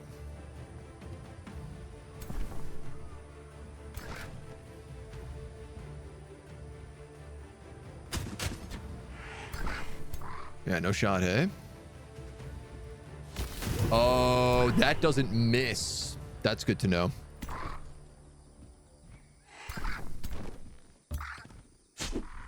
I mean, there's nothing I can do here.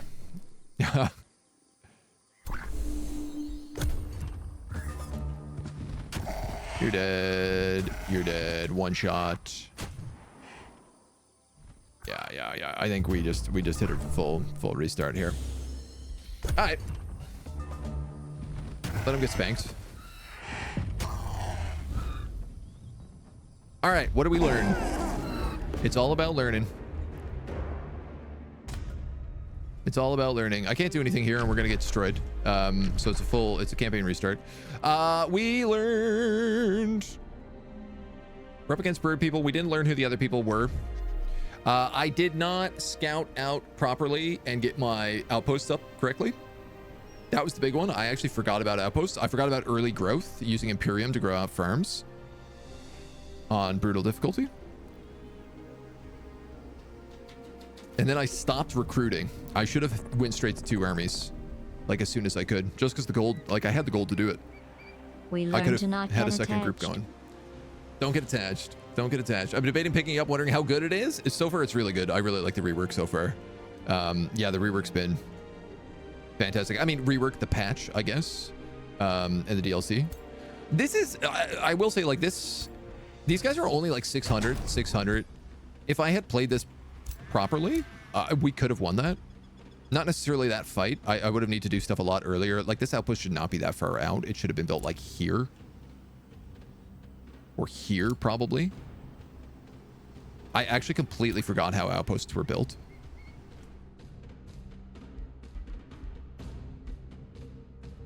I want to know.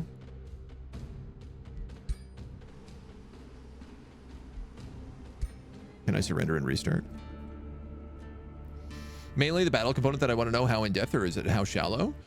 Oh, the in-game fights are really good. Yeah. They're extremely. There's all sorts of different elements you can play with, all sorts of different abilities.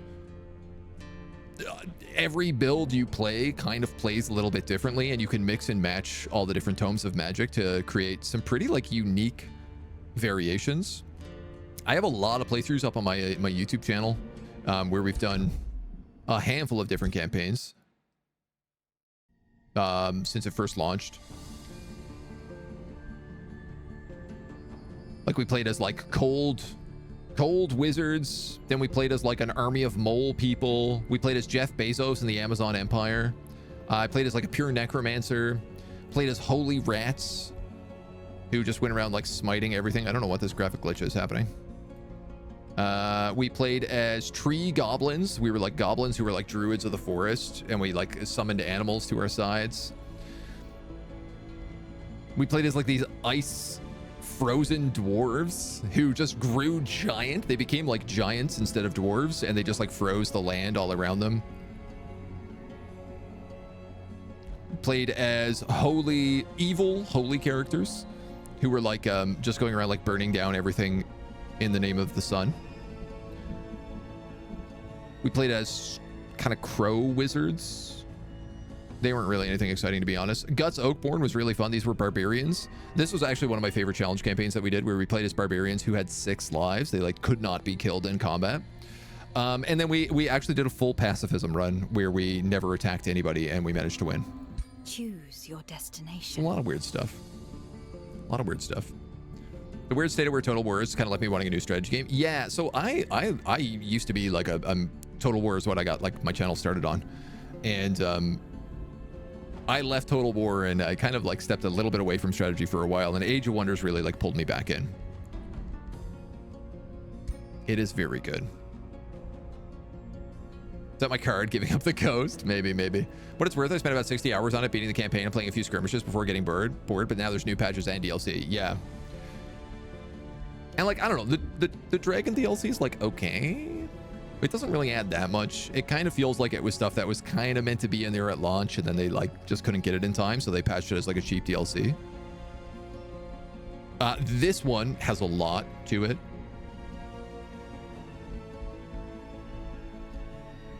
Just in terms of what it adds. It kind of adds a little of everything, which is what you want. You know, there's new tomes, there's new stories, there's new races, there's new cultures, new all sorts of everything. CA going scorched earth with Totally War. Yeah, CA is in a really, really bad spot right now. Your journey starts really, really bad spot. Did they take out brutal difficulty?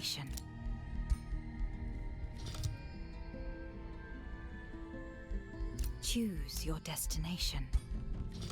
They did in the story mode. I think that was always the case. They didn't have brutal. Wow, we lost on hard. That feels even more embarrassing. Starts here.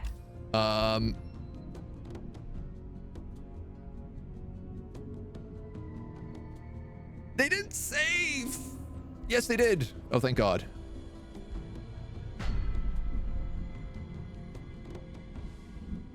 I like these guys. I want to do it with these guys. We can absolutely do it with them. Yeah, CA is in a really rough spot. It's mostly due to management. It sucks. I know, like, I got a lot of like people I know who are working for devs, working as devs and everything else, and it's a mess over there.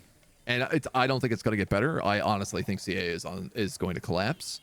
Like Sega's going to close their shop up, or they're going to just like be making remakes of games. I don't think we're ever going to see anything new from CA again. Like, I think they're going to make like basically a bunch of money-driven remakes. And I mean like remasters, not remakes, sort of, you know? And that's going to pump out. And then like once they've kind of remade all the IPs, they're probably going to shutter the shop instead of doing anything new. It's my guess. That's my guess. Unless somebody takes the reins at CA and like finds a way to pull out from, you know, I don't even know. I want to say like pull out from under Sega, but I actually don't think that Sega is the problem, because Sega was letting them do whatever they wanted basically for a while there, and then they were finally like, what is going on? Why are you losing all of our money and making only bad games? And then, you know, obviously they axed Hyenas. They fired some upper management by the sounds of it. But the place is just like full of newbies and stuff, so it's a bit of a mess. Bit of a mess. See that all the time in companies with too many middle management roles, gatekeepers between production and production environment. Dev, it becomes frustrating because tech debt just inflates and you have no control. Yeah, and I mean, that's the thing, right? Like, it's like, I don't know if you remember this, but when Total War Warhammer 3 came out, after it launched, they obviously lost a lot of veteran staff. And they hired these 3 new community managers, and they wrote a blog post. And in the blog post, they were trying to describe the code and the problem with the code and why things take so long. And they basically just put in an image of a plate of spaghetti. Like, and they just openly admitted that the game is like a mess of spaghetti code that nobody understands. And we've since had a bunch of like leaks and stuff come out. Obviously, there's been like a ton of YouTube videos right now about like the downfall of CA. Unfortunately, they're all by like terrible people. But they're the ones who like profit off of that company going under versus all the rest of us who want them to do good because we like their games and we like actually playing games and showing them off and games getting better and everybody enjoying it instead of just being like, yeah, these guys suck now. So,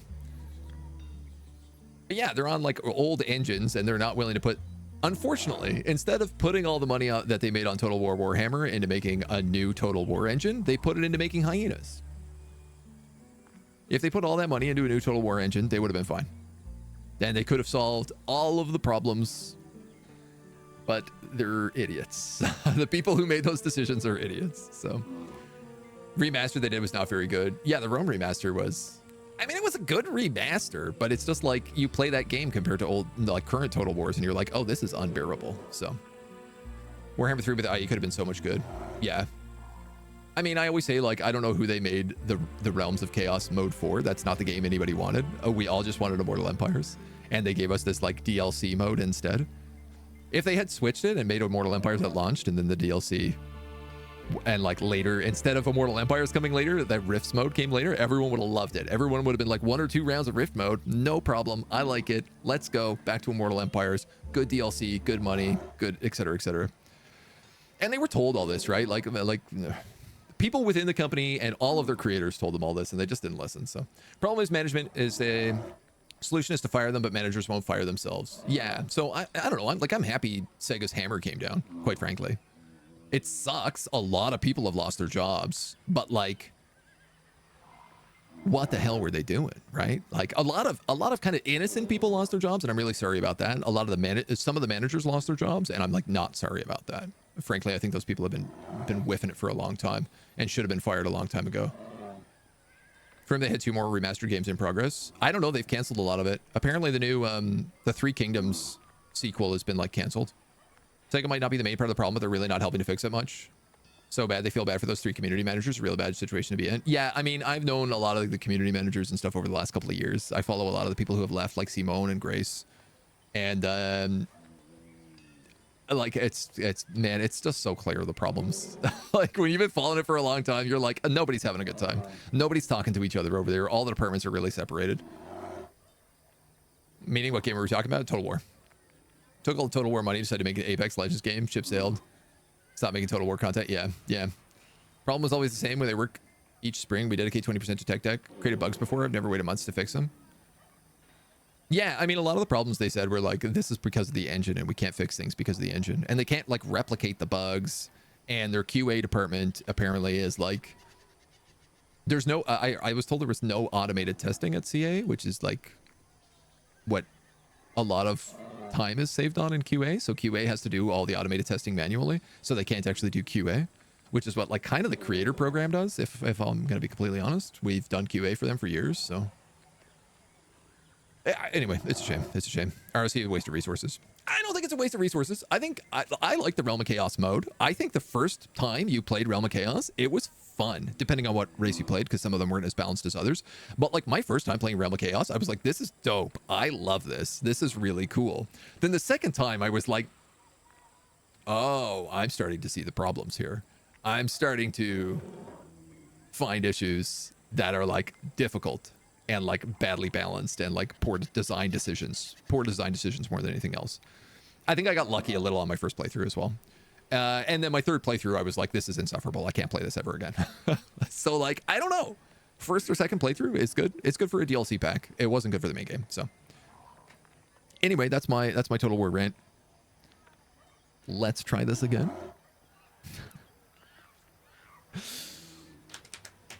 Can't believe we lost that so fast. A new ruler emerges. Hoots Murderbeak. Call to glory. Disperse miasma. Wait for the visions to end. We can cut through these pretty quick this time. I bring peace. On the map, we're basically the same position, which means they're probably going to be here and here. Which tracks. I've set a scout that way.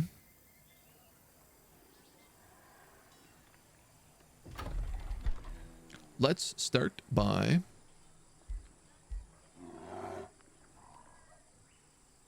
I'm actually going to start by building a workshop. Am I? You'll be boosted by a farm, and that boost is going to come in 2 turns. So that'll cut off half your time. That'll work. I'm okay with that. We'll build a scout. Now, this time I actually have people around. I have food stashes. I have production stashes. Last map, we didn't have any battles.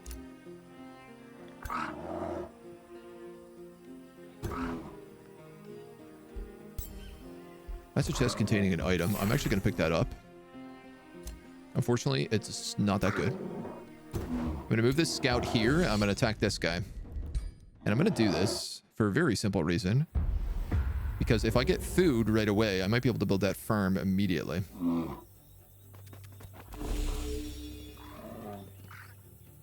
Realm of Chaos, such limited replay value. Yeah, big time, big time. Should have been a free mode release and pushed. Realm of Chaos should have been a DLC. It should have been a paid DLC because it took a lot to develop that. And I don't want to deny them of that. Things cost money to make. You are running a business. But like no doubt, it should not have been the starting thing that they did. Thanks God, Triumph is much better with Age of Wonders. Yeah, they've been knocking it out of the park with this game as far as I'm concerned. Oh, they have an archer. They're gonna just chill. Are you also an archer? Aspiring defense, melee strike. Dargoth the Protector. This is nice. I'm also going to get items from him. Probably this frost shield, which will be really good.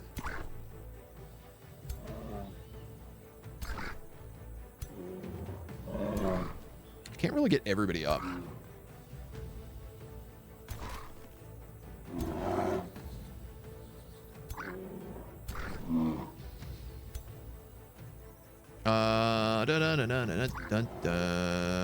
Yeah, you know what?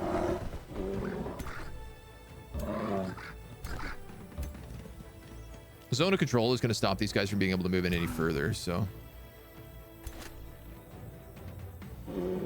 you can't hit anybody unless you get close. Let's put you there, and I'll put you there. Wow, that does so little damage. These archers are so bad. Missed.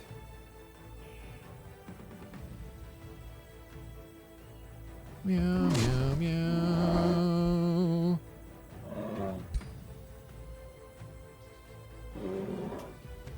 I probably should have cast that at the beginning of my turn.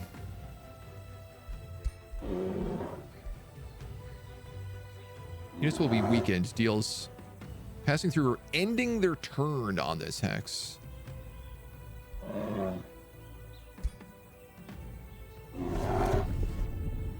Okay, it counts right away.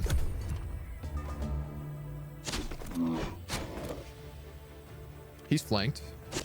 Oh, that was really smart. I didn't even think about that. You played me. Which way are you facing? You are facing the wrong way. So I'm going to flank you with Cavalry Slayer. I'm going to flank you again with Cavalry Slayer. Why are you so hard to hit? Ow! Shot my own guys. Unreal.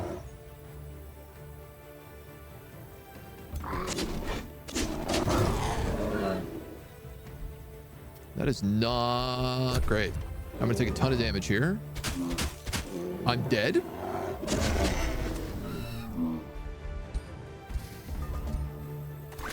What am I doing? Dudes, what am I doing? Exit to the menu. Let's restart this. I got too distracted by Total War. Choose your destination. I knew I shouldn't have ran forward. This is not a run forward build. This is a defensive move in engagements with defensive line. Like, you can't run your main character forward and let him 3v1 the enemy. That doesn't work. I know that doesn't work. I'd like to see one game which I have no complaints with poor math and game mechanics flaws. They're rare. They're mostly indies, in my experience. Damn, dudes. Not nearly as good. That's going to give us a bunch of production if I hit it. We do have a river, which is nice.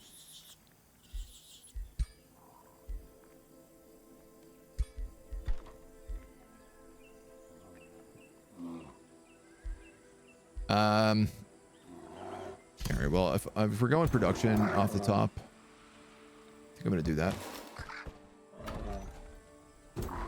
Builds that quickly. We'll move you down here.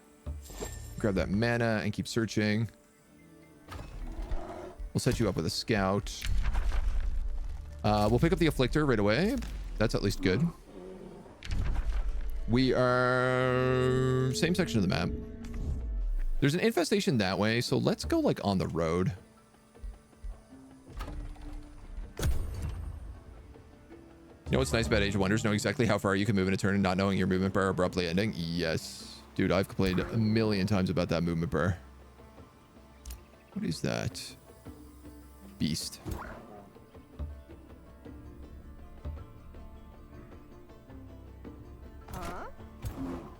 One turn away. So... Temple of the Godeer is right here. Production stash. Sheep. Well, this would be a great little spot to set up camp, I think.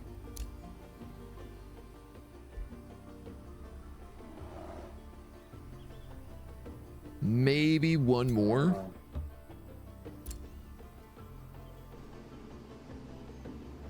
There's a tower down here. I can do some scouting.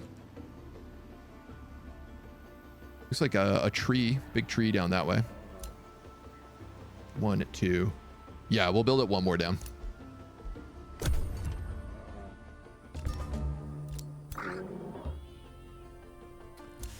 God damn, there's an infestation here. All right, I stand my decision.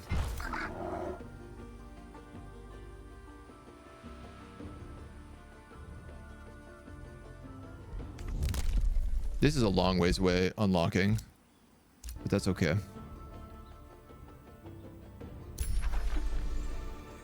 Arcanium ore hurry recruitment for units is cheaper. 10 production, 10 magic. And we get sheep on that square too. We'll go for this one.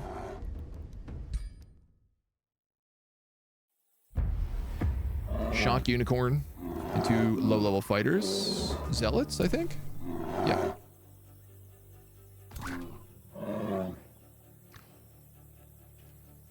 They gave me defenders this time. That's interesting. So our tech build, that's huge. That's actually really different. Our traits give us either +1 polearm or +1 shield unit.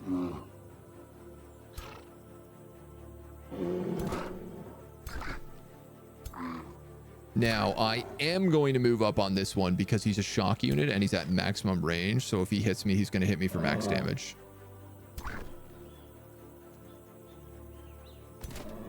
And I can, because I have the defender, I can also get him into position and lock down their entire team.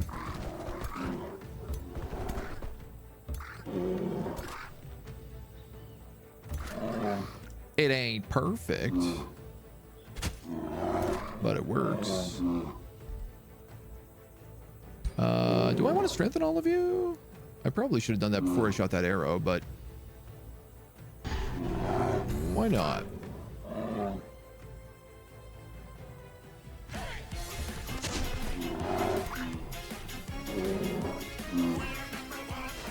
James, hello. How you doing, brother?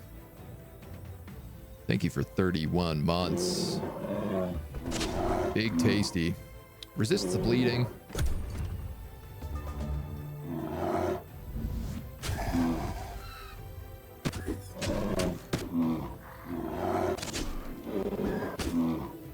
Of course, unicorns can teleport across the map at will.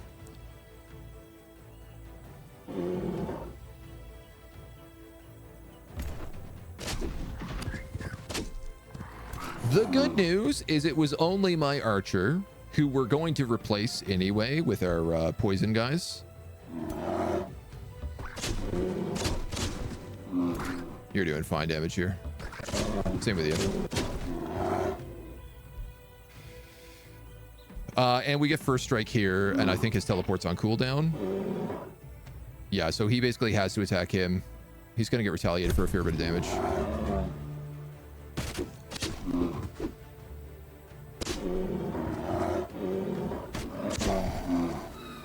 That's fine.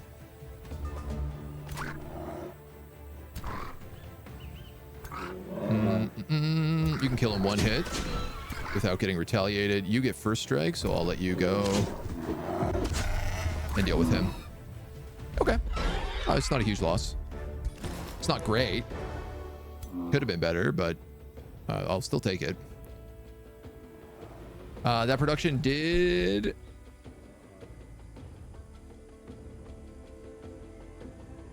give us,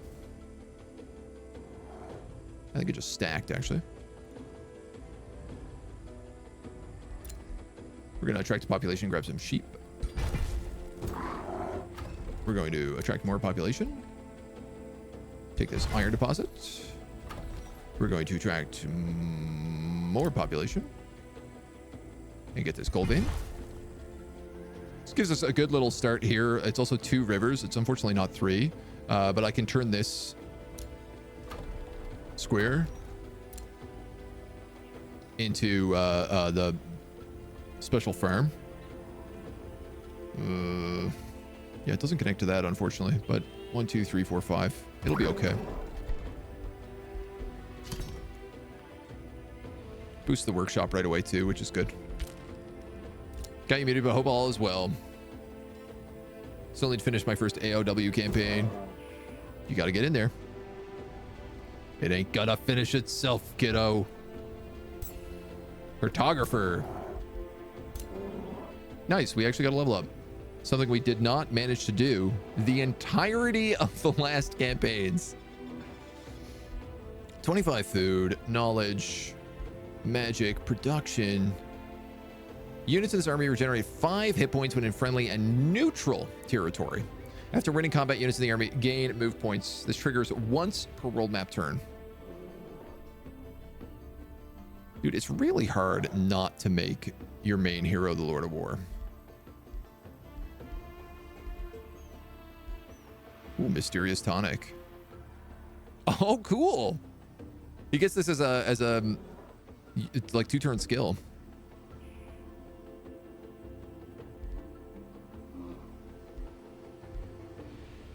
I can also get Undying Loyalty. Target unit gains Steadfast for 1 turn, which is very helpful. Friendly and neutral. I gotta take this, right? He's my medieval Lord of War. Well, there is still a tower here, and this bird nest is asleep. So why don't we sneak in there and grab that?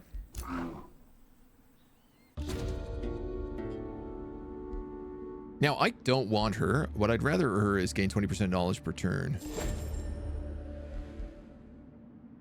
Tome of Evocation, mana, or an Evoker. I liked the Evoker. I thought that was a good build here. Especially if I just lost my Archer. I like that the Evoker also comes on a beer. This is 2 turns away. I'm going to build another Scout for right now.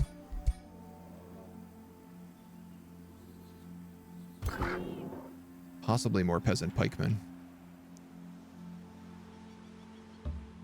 You can scout to that.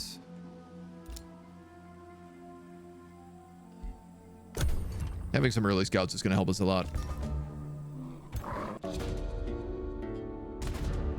We got to meet with these guys, clear out the Eye of Manuhari, which is down here this time. Much less centrally located.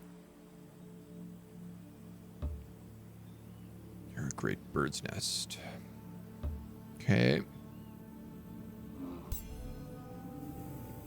Battlefield remnants, nice. A bunch of draft. There's a tower up here as well.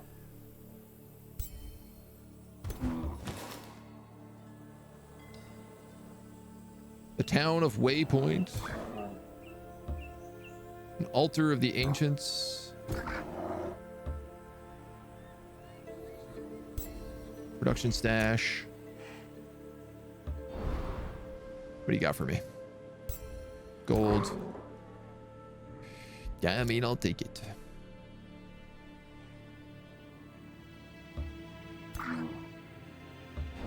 Grab that. That's possibly an item. That's maybe an item.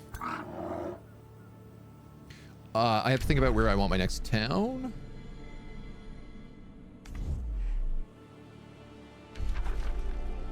That's Blessed Souls. I don't know how I haven't found a nearby faction. Force of Reflection. I could build one like down here, maybe? We could pick up the Forest of Reflection really early on. You know what? That's actually not a bad idea.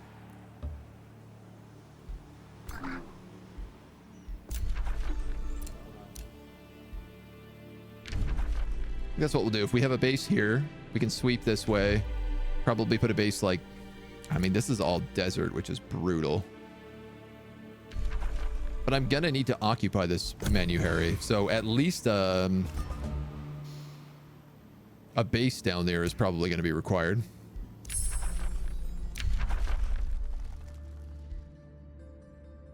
Let's grab Crow Companions.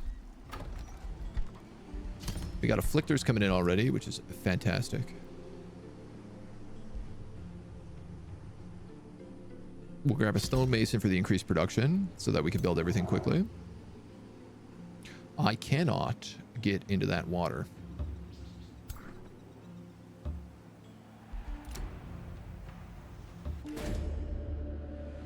The free city of Waypoint greets us with reverence. Reputation precedes you. I hope you meet a king who shares our beliefs. Mystic Fowls. Devotees of good. All right, so I need to take the Waypoint, the Waystone out of here and give him to these guys. I like that. They're kind of like nowhere near any of my other cities as well.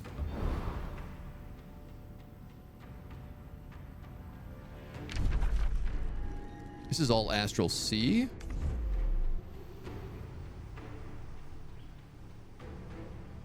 We could build a city down here for sure. City here, city here, city here. You're my scout. Oh, you're going for this tower first. Food stash. Yeah, go for that. Okay.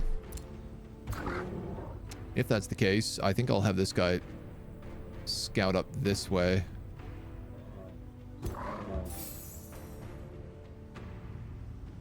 Just have you close this gap. And you can go... Oh, actually, you should get that production stash. Our outpost is founded.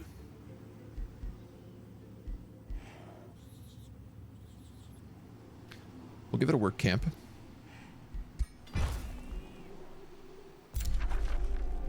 So that we can get the population going at the very least. We will need to clear out this bird nest like as soon as possible. We're going to need like a good army in this area. So pumping up our dudes is going to be clutch.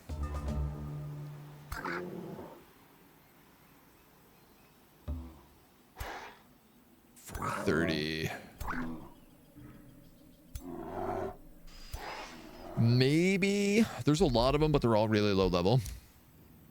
Then again, so am I. 78.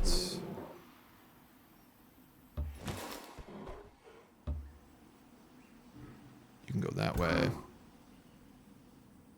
You'll go this way.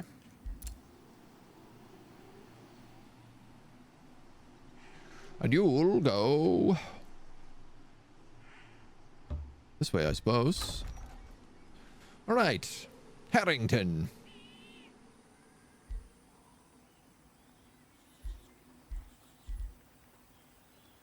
This is good farmland. Let us grow quickly.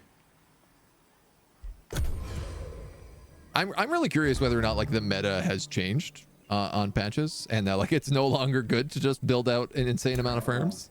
That was always the case for the longest time, which is why I am doing it. I like this invoker in this army. 360, 430. Basically 2 defenders, a pikeman, and an evoker.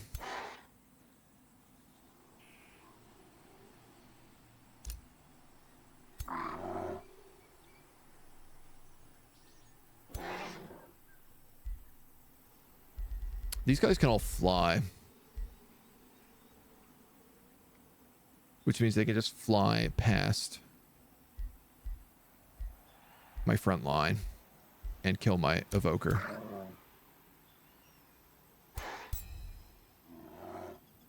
If I had this afflictor,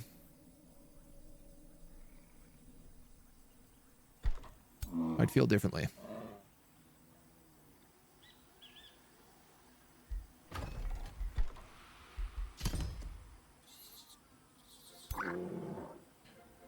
Okay, so let's scout for an outpost then, if that's what we're gonna be panicked about.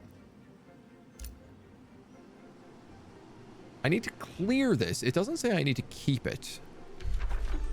Though that being said, there's also a tranquility pool here. 500 knowledge, 500 mana, summon progenitor golem. Which lasts for 3 turns. In combat. Oh, it's a combat spell.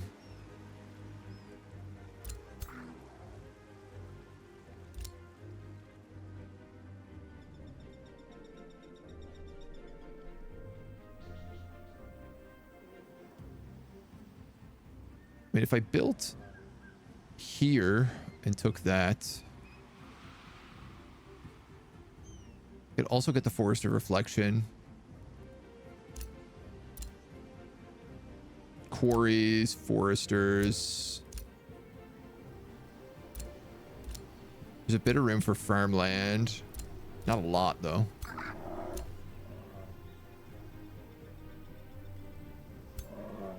All right. We're gonna do it. How close are we to getting this? This is +2. I am 2 turns away from that.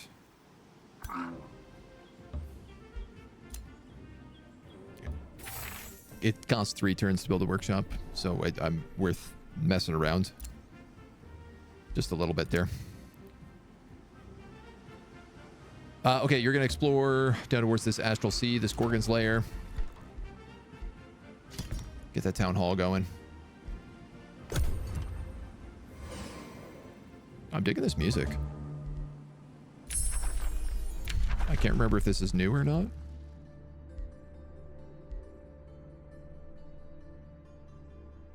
Stupid time moving -1. Oh. This gives like my bannermen tonics. Oh, yo, I love that. That's really good.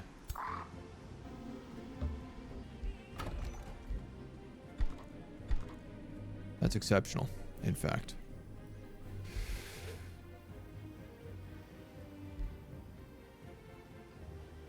We are also River Farm.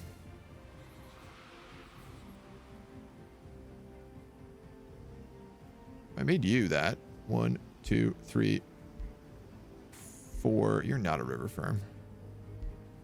I could make it this one. 1, 2, 3, 4. There's the other. I see them now. These are my enslavable faction. Enslavable is not quite right. Not quite what I meant there. But I think I'm going to have to stand by it. These are only forestries.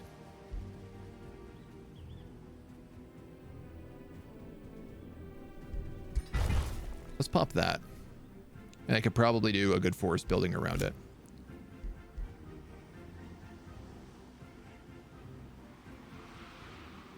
I unfortunately need my Imperium right now for other things. So we're going to go with Palisade Walls. Dun, dun, dun, dun, dun, dun. Bum, bum, bum, bum. Birds. I can sneak past them.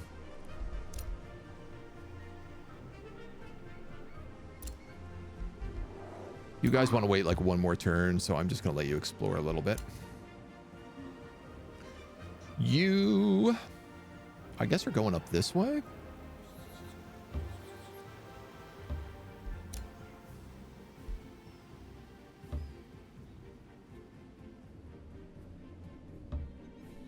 And you're just venturing. We'll hit the Crow's Companion, get our scouts a little bit more. We got evil all over the place.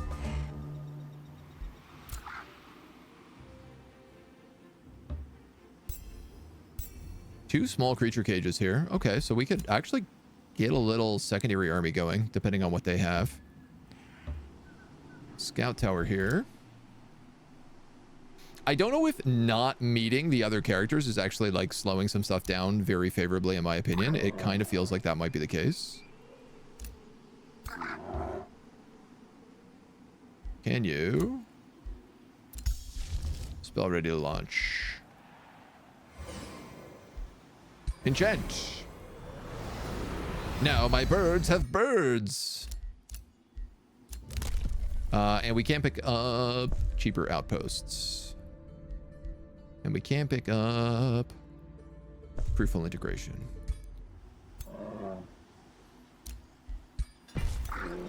So much cheaper.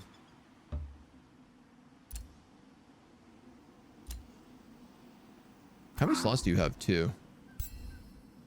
Yeah, depending on which one of these small creature cages, actually. I think I'll loop these guys back, bring them down with the archer, and then we'll take whatever this is. Take your kids to work day. The birds with the birds.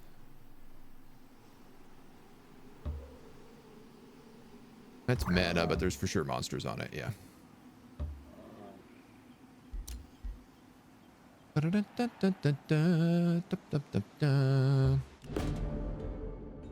Free City of Obey acknowledges you with elegance courtesy. I love that everyone is a bird in this place. People of Obey greet you and greet you well. Enchanting Fowl. High Reclaimer Runesmiths.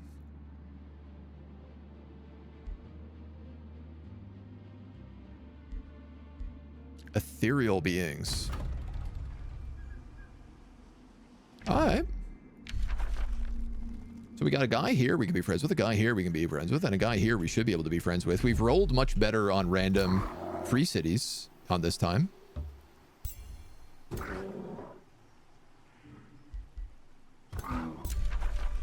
Evil presence. Great birds.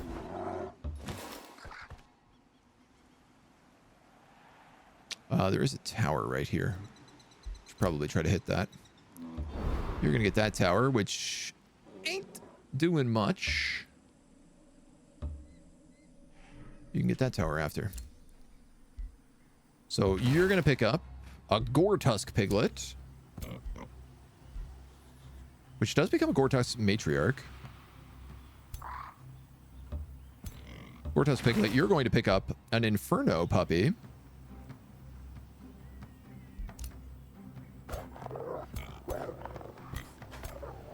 Which, I don't know, is its own thing. They're actually pretty good for scouting because they have 48 movement. They're actually very good for scouting.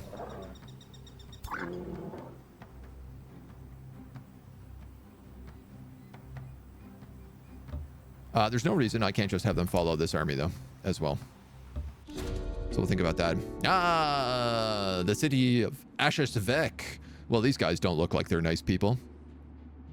Part and parcel of our dark ways, not an omen of what to come. The people of Ashesvek have made their acquaintance unless we are provoked. Bodero Voidspawn. Oh, that's his name. Dudes, they're also devotees of good. You've got to be kidding me. They're dark, but they're good. So all of the free cities have favorable conditions right now. We've got some Mystic Tonics. Very fast movement on scouts. Do I want this?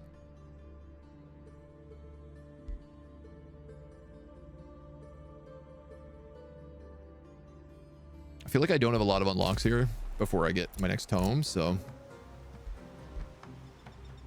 you can grab some palisade walls.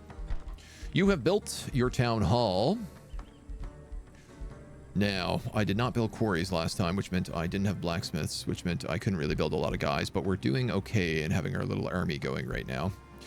Let's build a library immediately and then build a clergy commons. Just to balance things out a bit. I'm probably going to have to move my army back, realistically. Especially with these outposts. I think that's probably going to happen. I feel like we're making a lot smarter decisions this time around.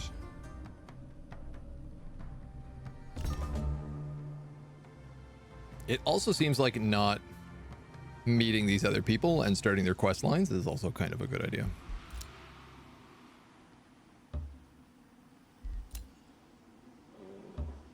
Back exploring seems to work out smartly. You're going to this tower? The Gorgon's Lair. Not yet, you ain't.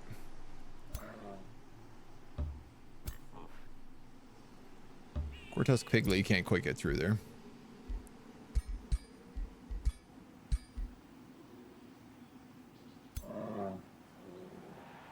So once they're down, next turn, we can take this. That'll put us at 3... about 500 strength.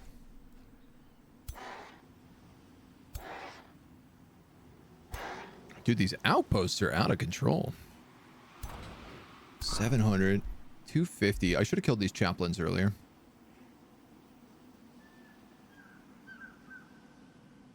I think I'll probably loop up and deal with them.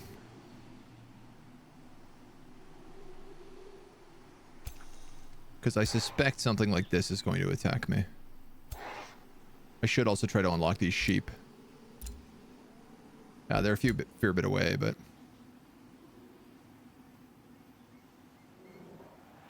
these puppies can stay nearby for now.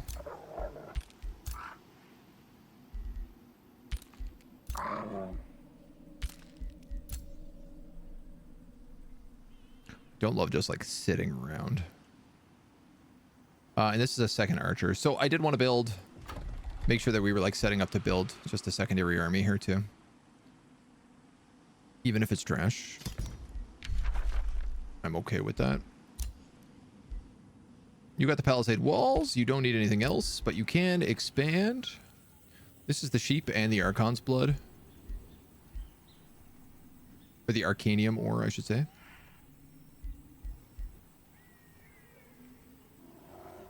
What else am I going to be able to build here? Can I build multiple conduits? Probably not.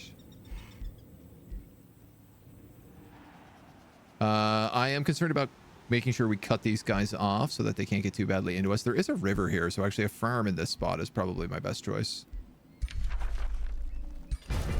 It's a grievance, sure, but it's also word gate. Hermit Kingdom.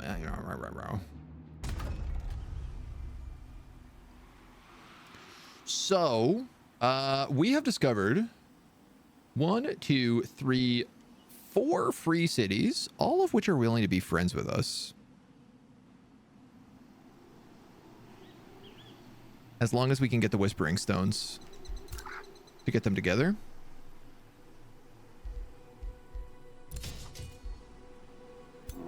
So I think that's something we got to consider. You're getting an archer down here. You have an evoker. You need a chaplain.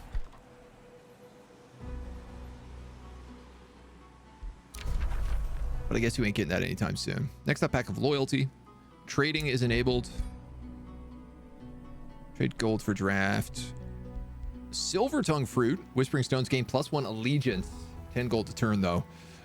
This would obviously be very helpful for what I'm literally just talking about. It doesn't give me an extra Whispering Stone, but it doubles the effectiveness of my Whispering Stones. So I'll take it. Destroying an infestation. We will get a Whispering Stone here and another one here. But we probably want to just save up for 200 to advanced one of these cities. Probably this one first.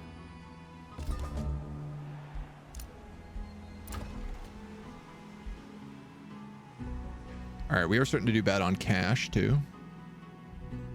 Knowledge per adjacent unique province improvement counts as a research post. That's fun.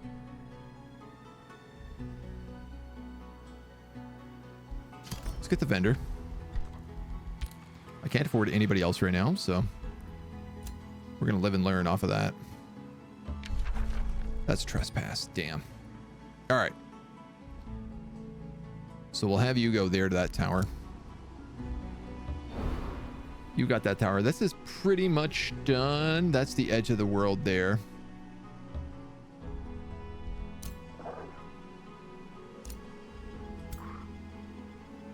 Y'all are moving here.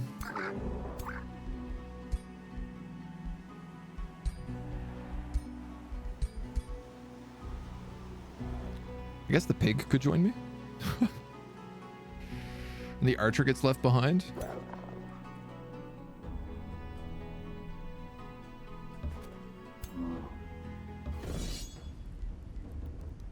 Let's fight this. We're split into 2 armies, which is not the best, but hopefully we won't. Yeah, we don't spawn like too far away from each other.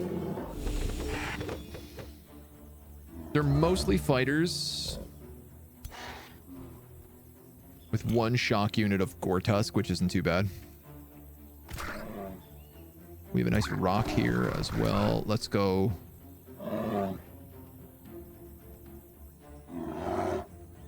Rock, pikeman, defender. Get you in there for hold the line.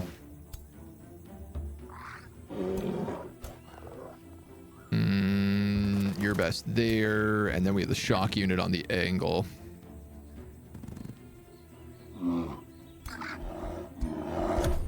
I think that's good.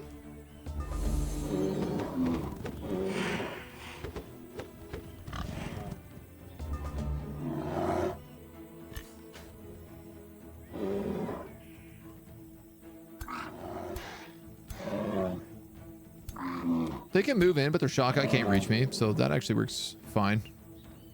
I think all I'm going to do is move this archer in.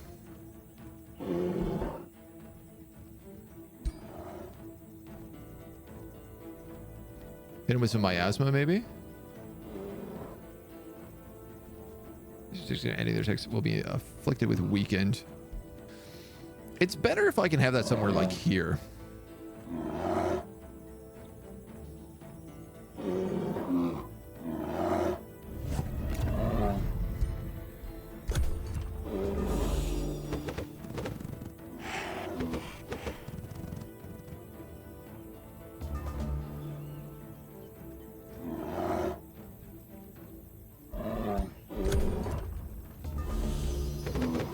Here we go. I was like, surely they're not just going to stay back the entire time. They're eventually going to be forced to move in.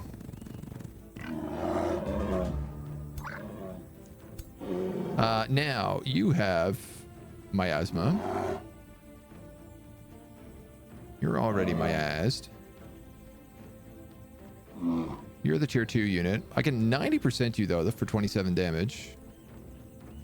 Or okay, miasma shot you for 16.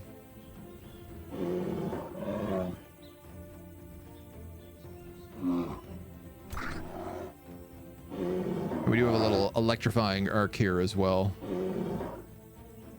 Ooh, I kind of like this. It hits those 3 in the back. Stacks the electrify on them as well.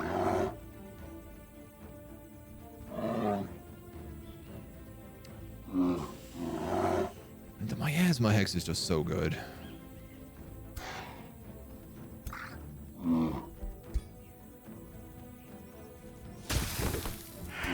And it's probably like... It's only got a cooldown of 1, shockingly.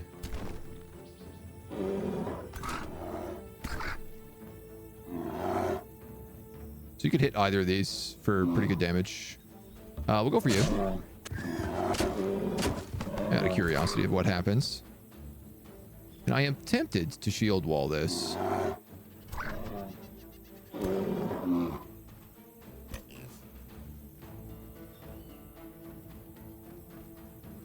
Now that being said, I could just kill either of them. Spirit Hawk, Carrion Bird. Consumes corpse and heals HP. So if I kill anything here, I'm assuming it's going to make a corpse. And you're just going to heal. So I'm just going to kill you. And then I've really stuck myself in a position where it's hard to move forward because of this miasma. Poor pikeman. Just getting pounded on. Ooh, okay, and you've flown to the back. That's fine, we can shoot you. Let's actually charge that pig.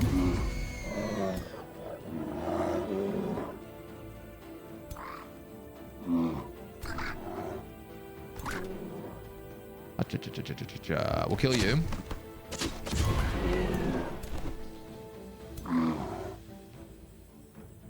So close and yet so far away.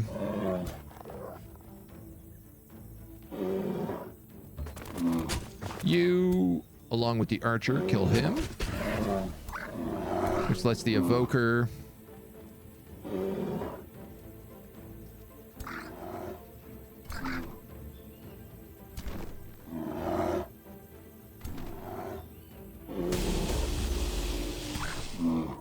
not managed to pull it off. I can get to you, but I will get on fire if I do that. Alternatively, I can attack this thing and just kill it.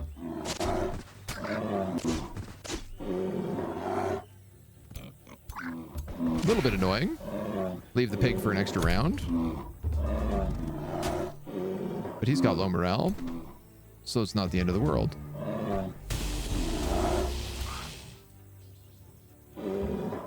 Hit him with the zippy zappies. 25, so we'll take the miasma shot. And then I'll let the Lord do it. Oh my god, he picks up weakened because he goes through the miasma square. Unreal. Can you reach? You can't. All right, defender. I'm trying to think like who the important characters are in the army. I guess the Gore-Tusk Piglet wouldn't have been bad. 62 bucks. That helps our cash issues a little bit. Now, so I said the Inferno puppy is going to leave and go on an adventure.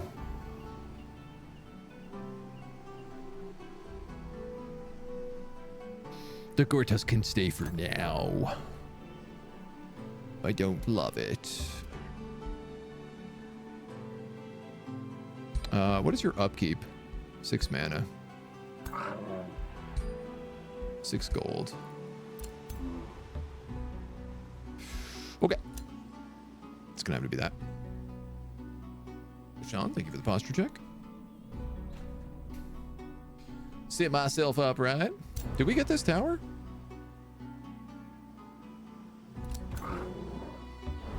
No. But we have it now. Smoke and thunder. With gun salutes and soldiers clad in razor-sharp armor at her side, Valerie of House Avernus gives you a pompous yet tense welcome. Greetings, King Hoots Murderbeak. Have you come to join the noble cause of the Commonwealth remnants and liberate the Astral Sea from the Wizard King invaders far and wide? Ironically enough, I'm a champion and not a Wizard King, so it kind of works. We bring technology and progress to the people subdued by vile magic, arming them to fight back and reclaim their houses.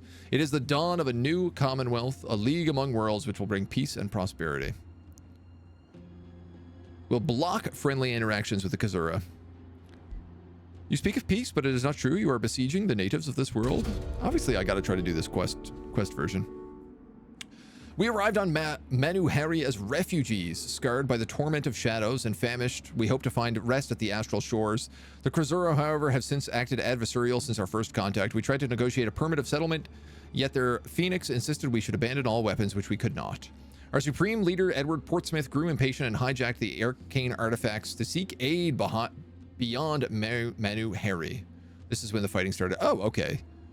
So you are kind of to blame. I mean, they were being jerks, but also then you decided you were going to steal from them.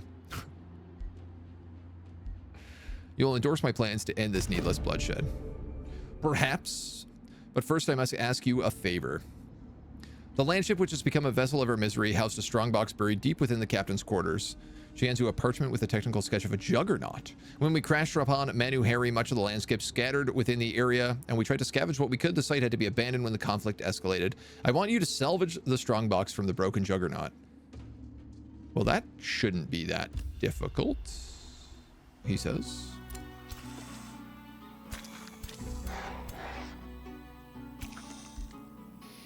This isn't that bad. It's not great, but these are like 500-point armies, which means I can actually level up off of them, which will put me in a position to be able to do the quests for Kazura afterwards.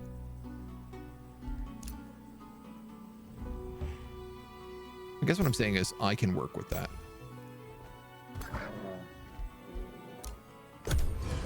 Hi, Mona. We have a visiting kitty cat. Ah, well, that didn't take long for them to also find me.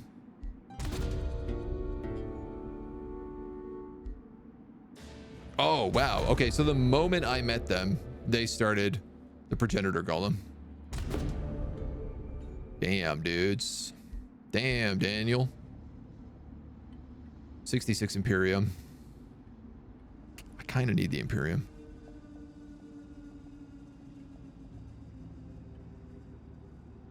The worst part about this is my whole like Holy Crusader thing is we get bonuses to Imperium for fighting evil factions. There's no evil factions on the entire map. Friendly, hello. Do we have the mana for this? Gross. Yeah, I'm gonna do it. Wait, let me say hi for Mona. Oh, okay, hold on. Try that again. Less claws, please. Less claws in my arms, please. I went out to get some water and Mona was just looking out the window like suspiciously. just watching some construction going on. Like, what are you doing down there? She's a good foreman. You do not like being held right now. You have too many claws out. I'm gonna put you down. Gotta have him want to say hi. It's the law. All right, material refinery.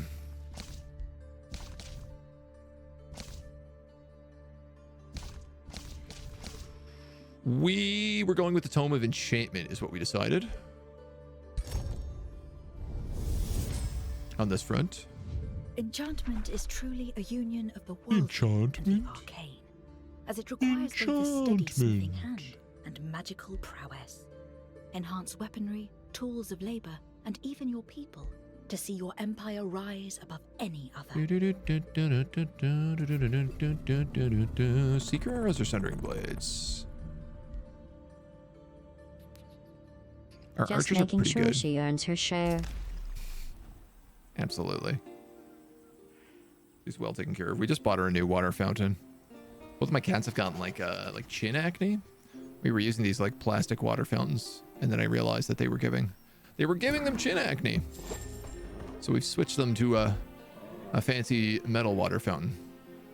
And then we bought them a tunnel to play in, and they love the tunnel. We didn't know if they would, but it turns out they're big fans of the tunnel. You got palisade walls, and you can annex another province.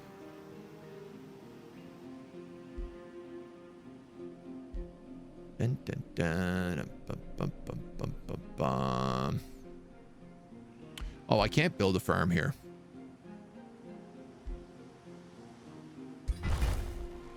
So I am going to build a special farm here.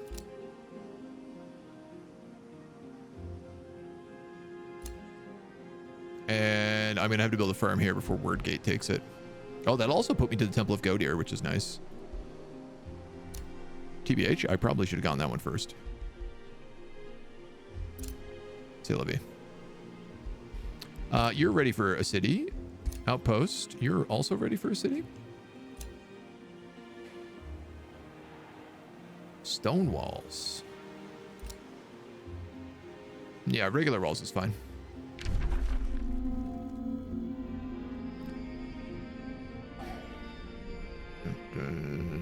Meow, meow, meow, meow, meow, meow, meow. We're gonna make this one first. And hope we don't regret it.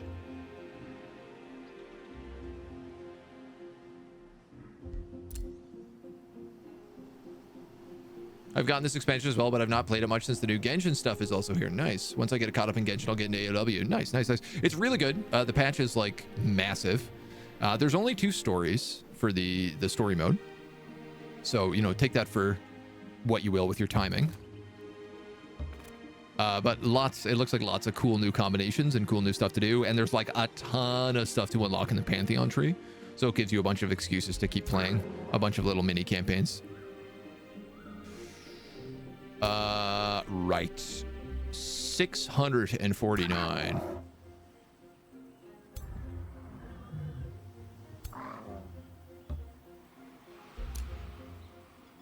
You are tougher than I would like.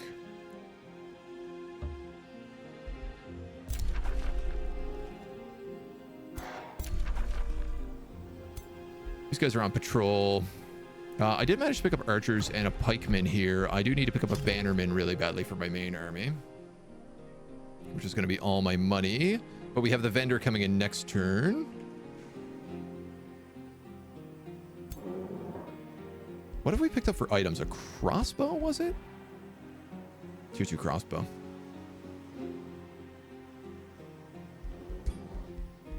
So our second hero could be an archer.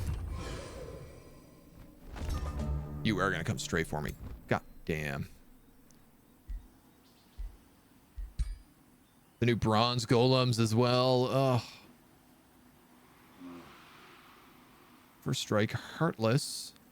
Lightning blades. Yeah, interesting. The golems do lightning damage, and they have shock resistance. Shock weakness.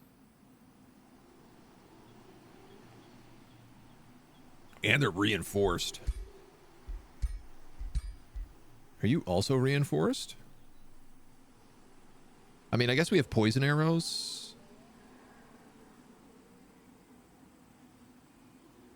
What's your thing? Magical bolt of energy. Seal. 3 random enemies and their adjacent allies sustain 20 lightning damage, get 20 weakness and 2 sundered resistance. Jeezu Pizu. And you guys have weakening cleave, which deals damage in a 1 hex cone, has cavalry slayer.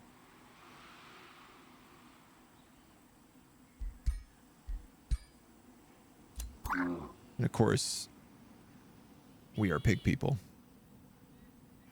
Can run into here. Gonna run into here real fast. Well, I have that farm keeping off Wordgate. I obviously want these pastures and this Arcanium ore, but we're gonna have to work for them a little bit harder. We could build a research post to get a little bit going. The other option is I could build a farm here and just cut off Wordgate. And I don't hate that idea, so I'm gonna do it. Still on story level 4 where I go into the homeworld of the elves. There's souls wandering around everywhere. Yes, I remember that one. That's a big map, that one.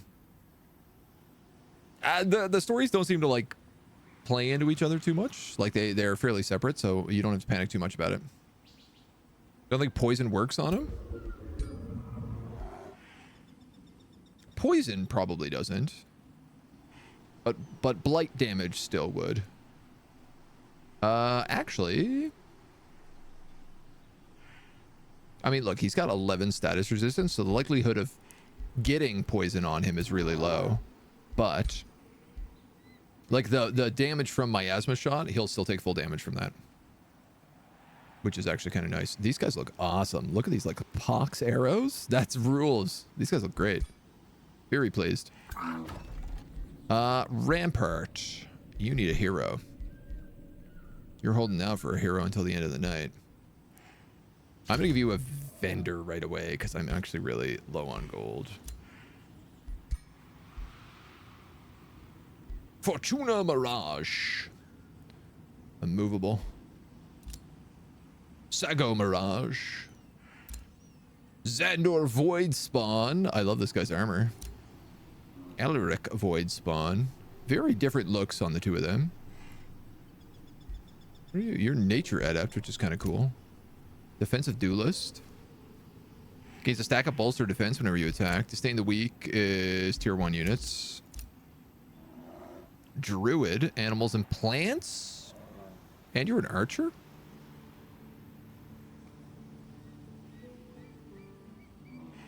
I mean, I have that Gortusk Piglet, and I have that Inferno Puppy. I don't think the Inferno Puppy counts as an animal, but it might. Builder, that would be nice. These are my guys. So we could get +3 order affinity. That's not bad. Or we could get Slick. Rick the Ruler does not produce opportunity attacks. You have Restore. You have Fighting 1. But I can reset that.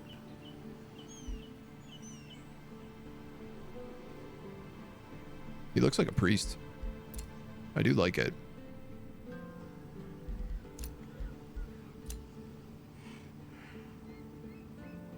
You kind of look like a better archer.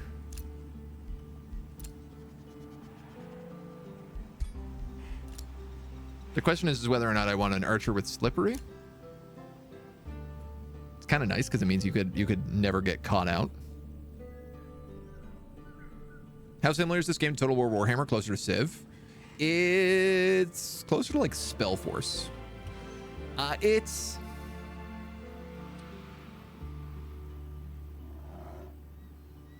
The combat is very different from either of them, is the thing. The combat is almost XCOM-like, but in like much smaller parceled maps. Everything on the world is a little bit... it plays like any kind of like 4X game. You know, big grid base, walking around. You know, your guys can move X number of squares per turn, X number of hexes per turn.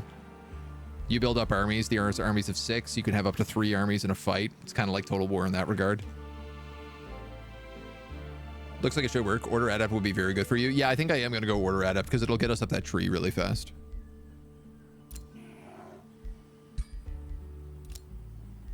Harrington produce a vendor. Nice. We can also build something here, maybe?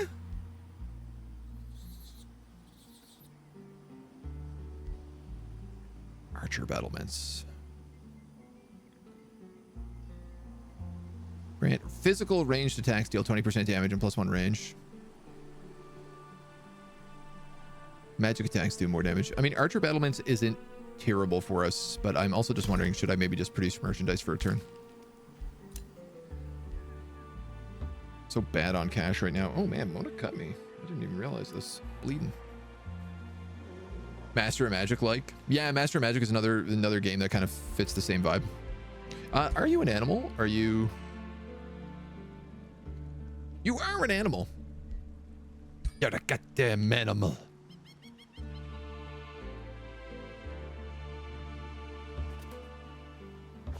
I don't know, I'll do a little exploring with them. I guess we'll pick up this mana because I don't know what my scouts are doing otherwise. I've kind of done what I need to do with my scouts at this point. Rampart is founded.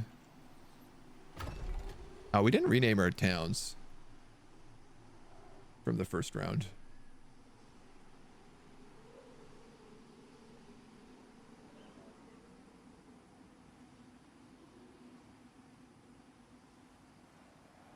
For some reason, I can't see.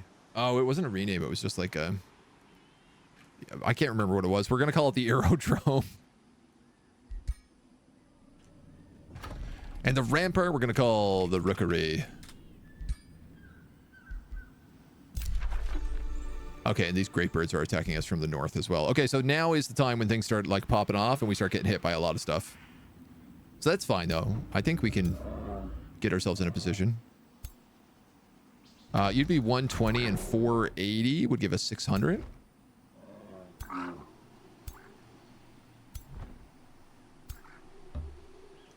I'm gonna try to get them together.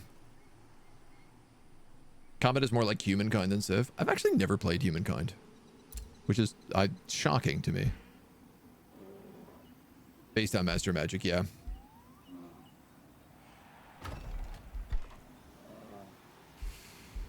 These are gonna be 3 turns. I don't even think that's worth doing. Then again, I need more pikemen. I need something. Oh, they're going after them. Okay. Found in this game, you either have way too much mana or way too little. Anyone else have that problem? It varies. I mean, you can... One of my pieces of advice for that would be, like, talk to your free cities and trade off your mana for whatever you can. If you have, like, way too much of it. There's stuff you can spend mana on that's, like, really good. You can use it diplomatically, like, very frequently. And if you have too little, it just means you need to, like, focus on things like building up mana shrines and stuff like that. Sometimes you just get RNG'd with like bad spawns around you as well. Like if you don't have mana crystals, for example. Not a fan of Humankind. I haven't given it a shot, so. The Feather Nest. Humankind's awesome. I recommend it. I gotta give it a shot. I think I have a copy of it. Humankind and Old World is the other one that I really like want to try that are both like Civilization style games. This is... Oh, this is the counselor. So this guy just wants to say he has some advice for doing these trials. And we're gonna try to do them. One is on the Temple of the Goat Ear. 2 of them are there. And the other one is here in Wordgate. Gotcha. Take the anti-magic tincture. Can I cast? I don't have either of these cast right now. Oof.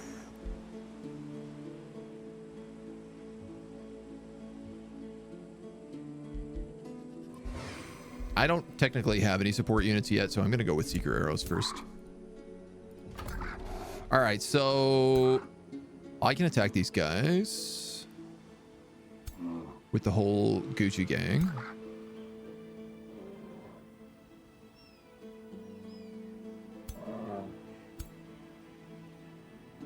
I can also bring them down here and reset the army a little bit. Potentially get this bannerman into the fight as well. This is not going to be an easy fight, and having things like those tinctures is going to make a big difference.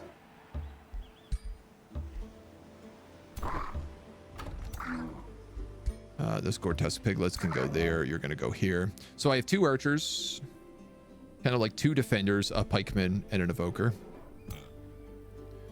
Then we have a pikeman and a piglet on the side.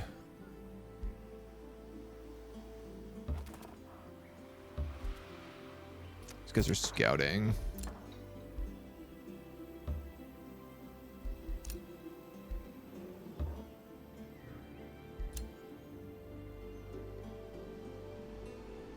I might ditch my scouts pretty soon. Gold stash. Nice. That's what I'm talking about. That's what our scouts are designed for. You know, I could pick up dig and just have my scouts digging underground a bunch for loot. It's a bit risky, but it's not a terrible idea. All right, where's this independent going to go? He's going to go for the aerodrome.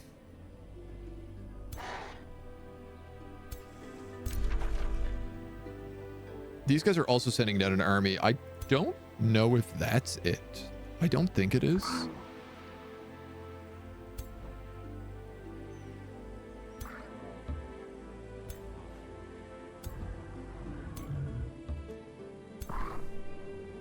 Can't quite get you out, can I? No, sir. I can't quite get you out, can I? We got to go with the market here. I'm desperate for cash.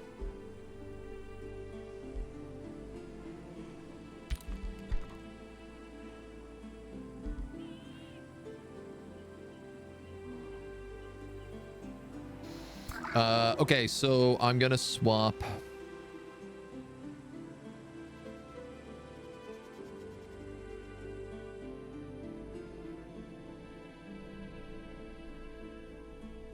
one of these archers for a bannerman, actually, because I have the evoker in this army. So I have an archer, a pikeman, a pig,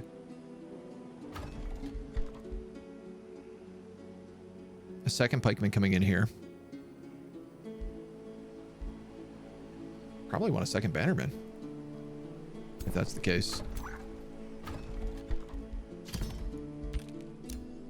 It's not the best idea, but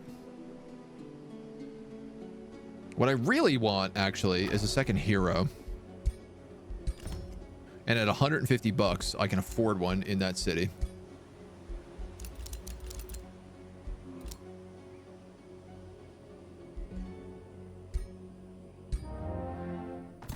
That's a good choice. Can I respec your skills and give you that crossbow? Answer yes. Old World also very good. I like Old World more than Humankind. Humankind is Civ, but complicated. Civ is complicated as well. Let's not forget. I play a lot of Civ 5. I have a couple of like games that I play like a turn like once a week sort of thing with like friends. Found Humankind to be simpler. Probably right, but I played Civ my whole life. So yeah, that's kind of the thing is, right? We've been playing Civ for so long, we just get it.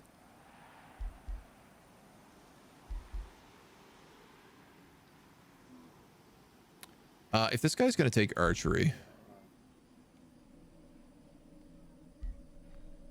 I feel like he's going to need something else. Because the archery doesn't do like any damage to these dudes.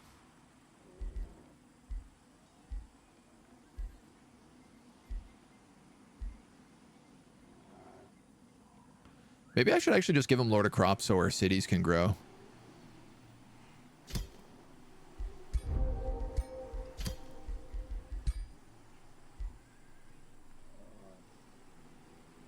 20. Ignores up to 5 defense. It does 23, but it's a charge strike. I could go either way with you.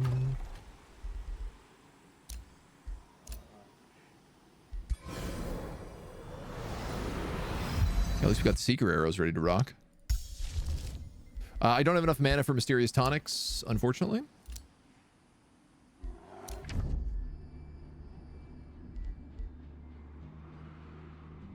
You have insulted me. I'm going to forgive this transgression. Or am I going to sell it? $100 is a game changer right now.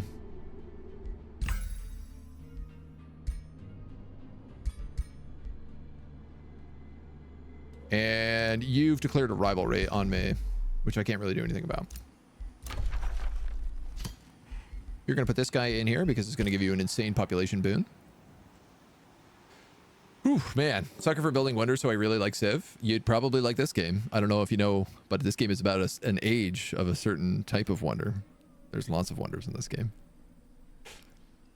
Humankind's not bad. Fights are really nice. However, I said before, no game without flaws. Yeah, didn't like about Humankind so much been minor stuff. Salve, Ron, how are you? Welcome, welcome, welcome. You always play games that I like? I'm glad to hear. That's what I try to do.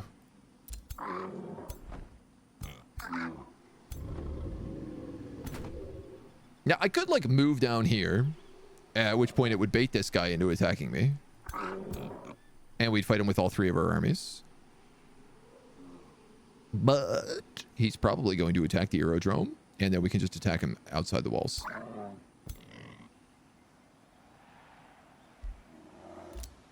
And I think that's probably the better play. At least that's what I'm going to keep telling myself to help me sleep at night. What are you? Scrolls. Can I get those?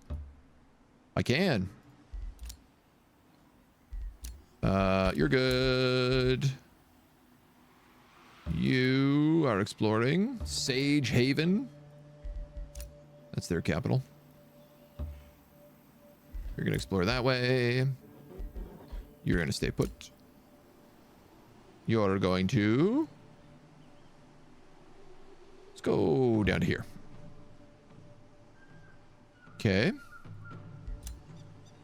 You're going to stay put. See how that goes.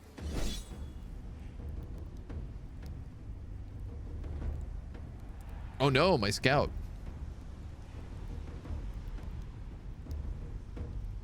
Damn, dude, this is the Marauder army they're sitting at me? A horned god with a phoenix?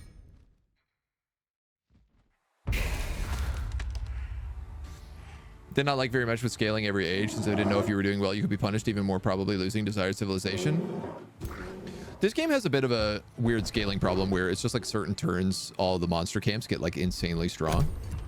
They go up like, I think it's like turn 45, they get like a huge jump. And if you don't know what's going to happen, it can be really like game ending. Okay, well that's fine. Our scouts had kind of done what we needed them to do. I'm sad we didn't get that knowledge, but I don't know where this dude is going.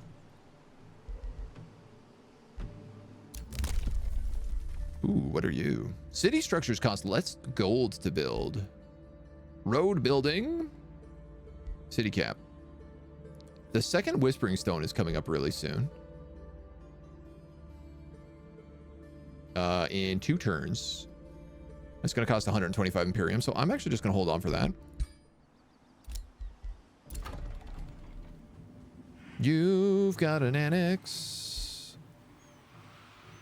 You've got that farm, you've got that farm.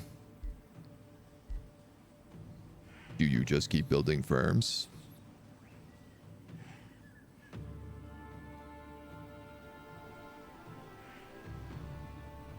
Truly, is this my strategy in every game? Just build a million farms.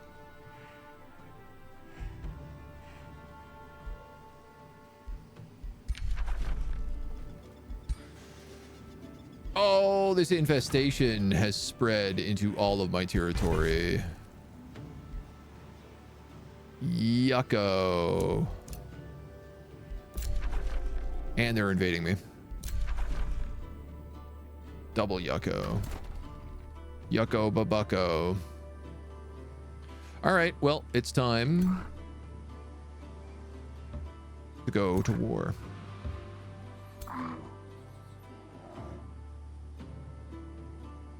Can I save?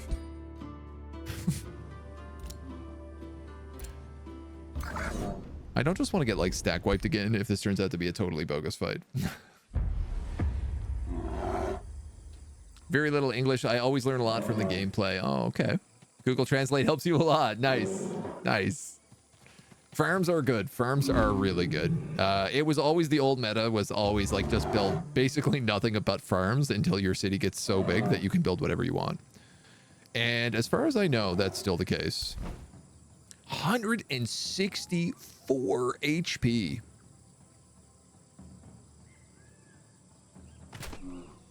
103. 69. Mona, what? What? Do you want to come up? What's the matter? Baby. What a baby this cat is. Will become distracted. All targets attacking this unit are flanking attacks. Distracted counters hyper awareness.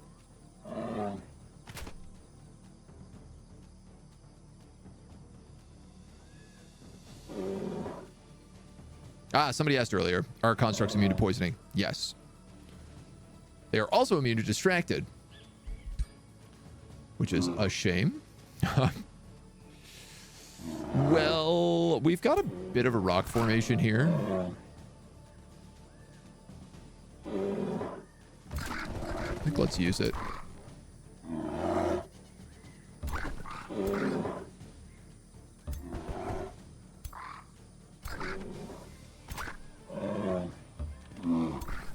I do have a bannerman, but he is not close.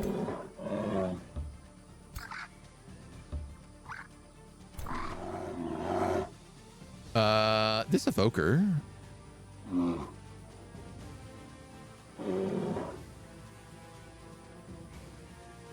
Do you not get stand together? You don't. All right, well, there's no real point in putting you in with everybody else then, if that's the case.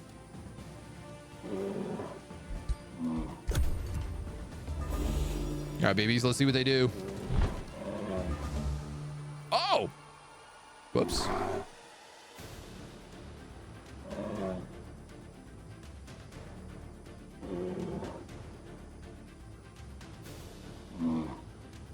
This is maybe advantageous.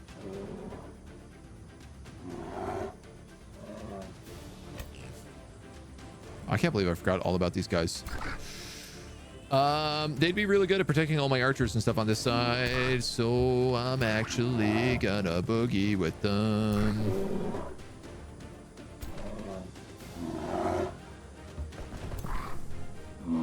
This bannerman needs to go in the middle here.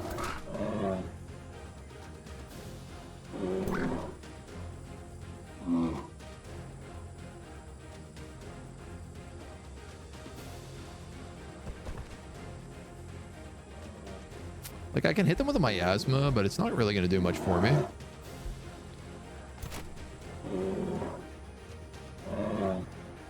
What I want to do is I want to move that bannerman, move those pikemen. Probably put the evoker behind. Put this archer somewhere here, but he doesn't really need to move yet either, so we're just passing.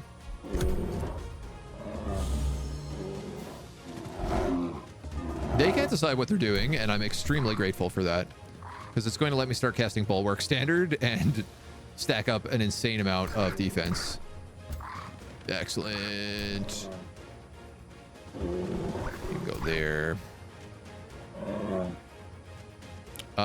With this guy coming around, I'm actually wondering if I just keep this pikeman here.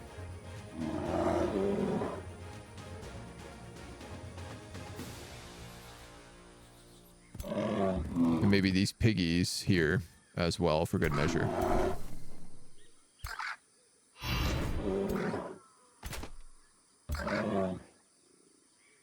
I can't wait till this guy hits me with this massive cone attack and all these guys cleave me with their massive cone attacks. And it does like an insane amount of damage to all my guys who are bundled together. I'm really, really excited for that to happen. Does strengthen wear off? I hope not. 3 rounds. Well. Humankind, I could do the opposite feeling in AOW. I could easily, with a couple of archers from start to end. So they have like debuffed archers. Oh! Okay, you can do that at very high range, can you? Up to 3 random enemies and their adjacent allies. Jesus.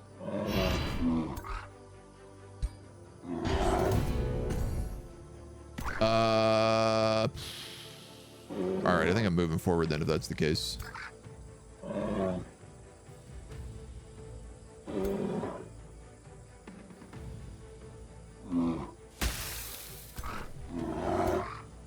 Yeah.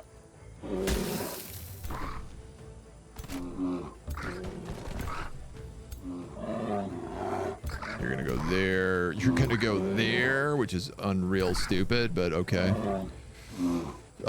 Shoot. I wish I had maybe moved that banner, man. You know what? I think that's okay. We do have an Electromancer, which is really handy. Because it can electrify these guys and do critical hits. Piggy. This guy's in defensive mode.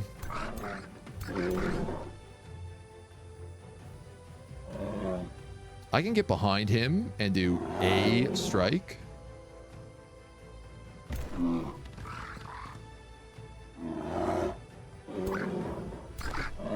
Oh, I'm still gonna get hit anyway. Yuck. 25.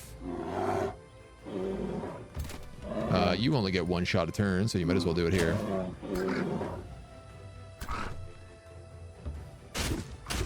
Take the retaliation. That lets you hit him for as much as we can. That works okay.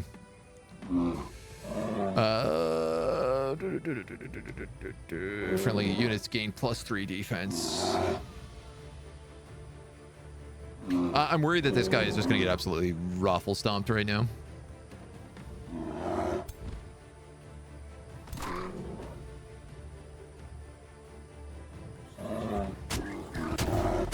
Cavalry Slayer. Oh, the pikemen have Cavalry Slayer. That was weird. It looked like my defender triggered Cavalry Slayer. All right, piggies and pikemen. Honestly, you dudes might as well just move up and attack.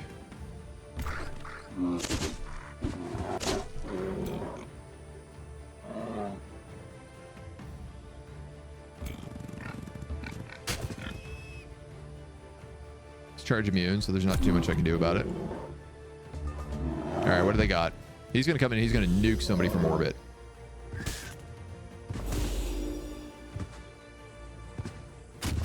Ouch. Ouch. Live. Live. Oh, there's the cleave. Wow, we lost a lot of morale for losing only a single guy. I'm kind of shocked by that. Another reason you think barbarians are super good, the fact that you can use scouts to build outposts claiming wonders, use all the Imperium to generate more population. 120 Imperium generation at turn 70. Nasty. You have a really good flank there. Let's have you kill him. Piggies. You're gonna go here. Get a little flanky. Little flanky flank. Mm. 50 versus 90. We might as well move in if that's the case.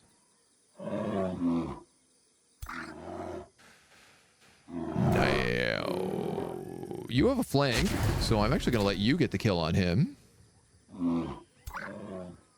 I can get up against this guy, which I think is a good idea because he is ranged.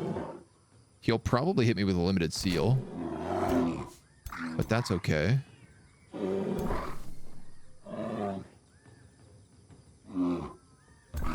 Let's move everybody up a little bit here. And then cast Bulwark. Just so, you know, we don't have to have our stuff totally winging us out.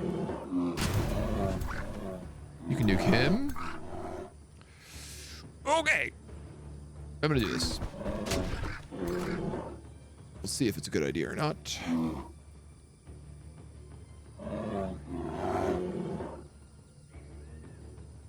100% shot from here. All of these archers, so archers do like -5 damage to constructs now, is one of the new things. You are on cooldown, so we'll put you here. He is still doing, I was gonna say bleach damage. You can hit from there. You do lightning, which is really good.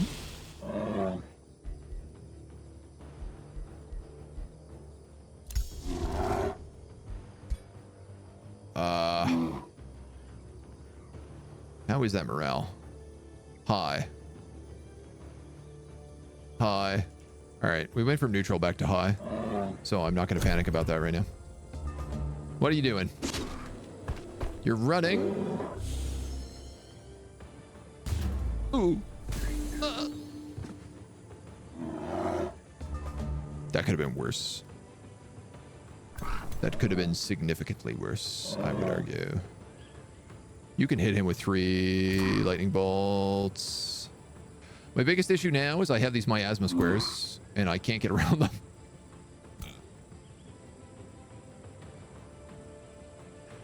Piggy! Attack! Kill the progenitor golem. That's a pretty good. So if I'm gonna have to move anyway, I might as well move behind him and get the flank.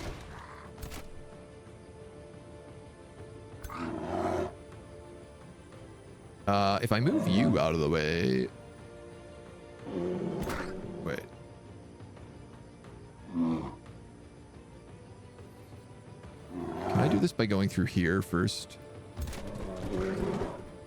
And then here? I actually can.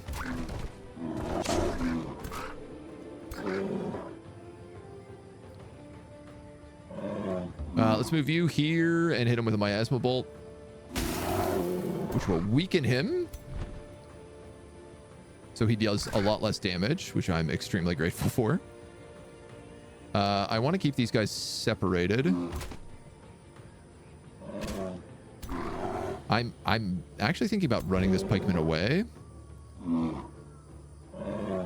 because I don't really want him to die for no good reason. You can get a holy bolt. You can triple lightning strike, which I'll take. I mean, you could come in, you could do 4 damage. Is it worth it? Very debatable.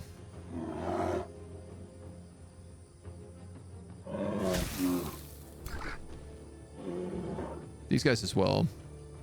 Probably best to just keep them away.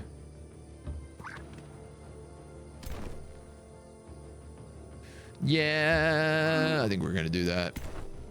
Hide them in the trees. We're gonna take one more turn, but he might actually just move and get opportunity struck.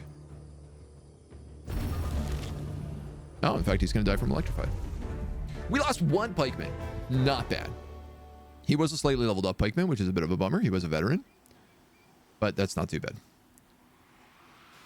Obviously managed to pull out what I was trying to do and never managed. You need to beat that wonder first to claim it. Yeah. Always, yeah. Problem of archers was that they had 2 good damage from the start, but you could buff them with a lot of different enchantments to sky high, and not to mention the research small books was moving you up the tree a lot faster. So they changed the way that research works. So now you can't just... It used to be the best thing to do was to take like a single point in every single affinity, and you would unlock like every tree, but that doesn't work anymore. You just go up all the trees super slowly now at the same time. So that kind of like screws you over. You can still buff, like if you want to make really good archers, you can still do them. But there are like counters to that. where there used to not be counters before. There are still some like really broken things. Like I don't think they fixed steadfast berserkers who have like 6 revives.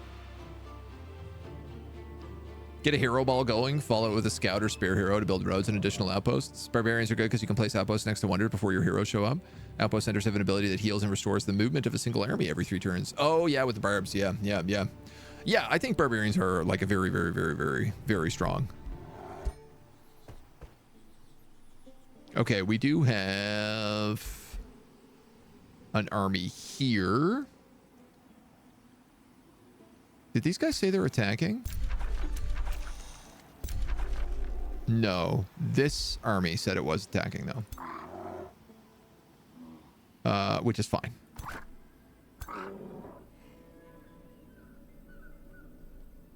I lost my pikeman.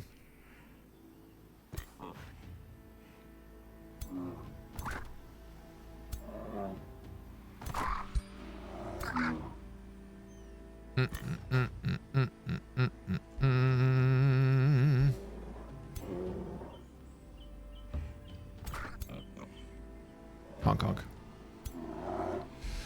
You're gonna go here. We're gonna bring down a bannerman and a pikeman, and we're gonna trade out one of the afflictors, but in the meantime you get to heal. Puppies. You're just exploring. Do I need to go up to this part of the map? It's probably better I go down here with my scouts.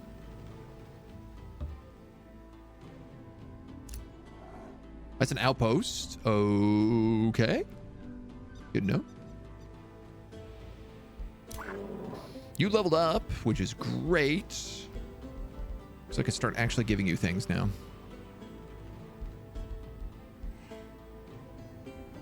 So he has to solo a bunch of fights on his own. Which I think just means I have to take like fighting and defense. And that's probably about it. You're making a market. You're not making any characters. You're making a vendor 2 turns. Market 2 turns. You have an archer, a pikeman, and a pig.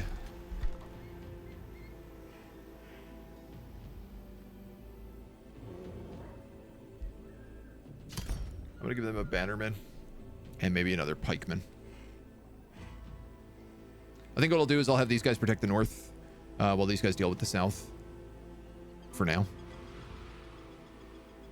I'm probably going to have to try and wipe out this whole place. In fact, I might just need both armies down here. And then if we could level up off of this pocket, it would be really good. Too much of a I like building infrastructure kind of player to have much chaos experience, but it sounds good for the rest of you. I mean, you could build tall. Ain't nothing wrong with doing that. Ain't nothing wrong at all.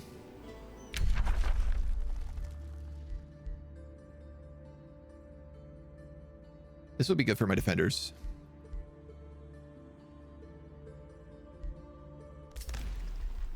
So I'm going to do it. We are runesmiths as well, so also keep that in mind. There is a undefended gold vein here. Oh, it's inside the bird nest. That's why we haven't taken it.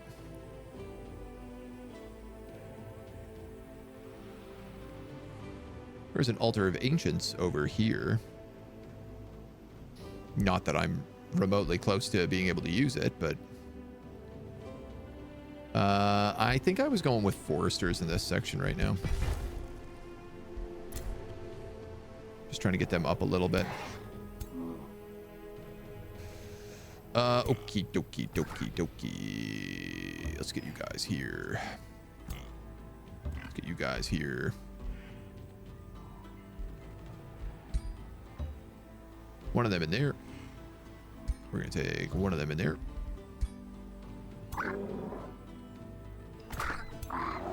Bannerman's going to have to move. I think it would be very foolish for me to attempt this without healing. 2 phoenixes. God damn. So I'm going to hold my horses, as they say. The horses are held.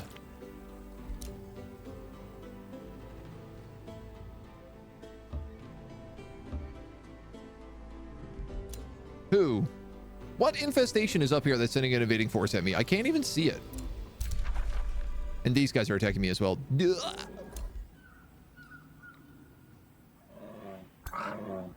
I have any money? I have 154 bucks. I'm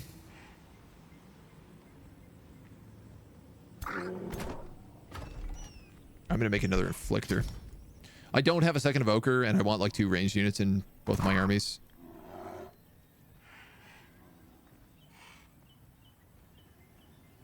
You need like a pikeman. You need like 2 pikemen and a defender.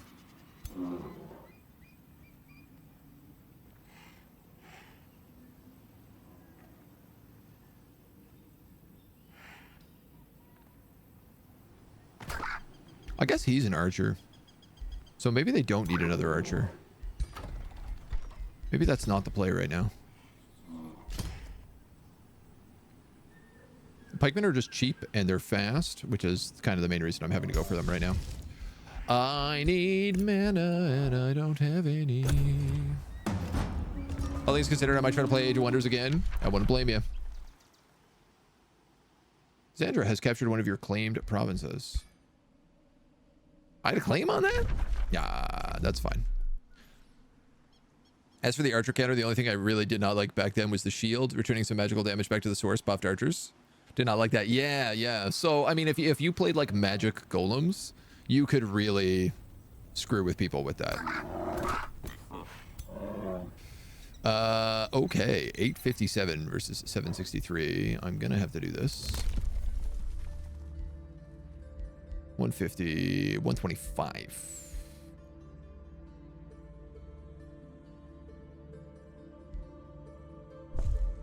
Take diplomatic channels. Are these guys screwing with any of the other groups? No, not really. So we're gonna give a Whispering Stone to these guys. Pact of Vassalage in 2 turns, and then we can take the Whispering Stone out of there and give it to someone else. I don't know why I bothered to get that. What did it give me? A view of the Astral Sea. You guys got a market. Mint needs a mine. That's annoying. Tithe Shrine doesn't, though. That's mana. And gold. I like the tavern because it gets you the bathhouse, which gives you bathhouse XP bonuses. Which would be basically, it would put my troops up to 50% XP.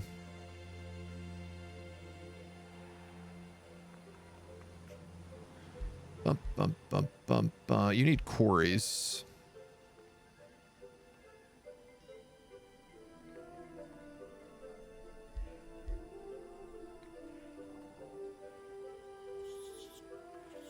I mean, we're already making a lot of food here. Obviously, I need to start building something like quarries as well. Probably down here.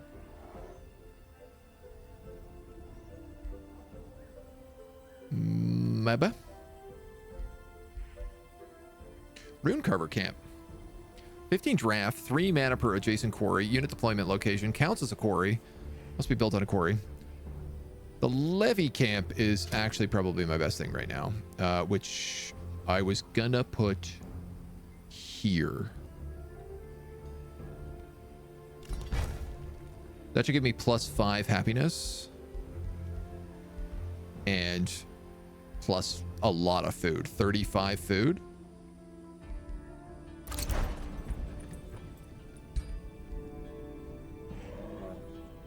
These guys are also attacking my farm, which I don't love. I'm gonna need to kill them so that I can heal and then attack that. Okay.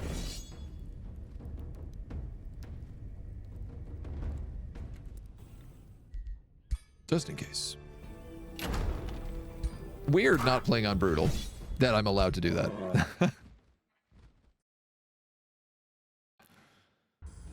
See if we can survive a little bit of this Phoenix fight.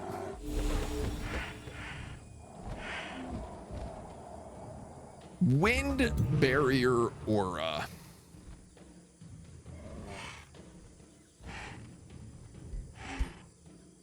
He's got to go. God, they also have a Thunderbird.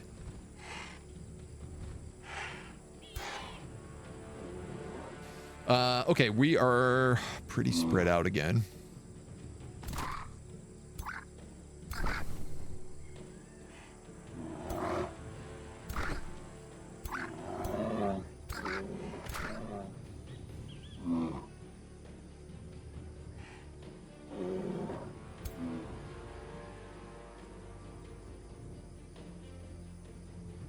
I'm gonna try something like this.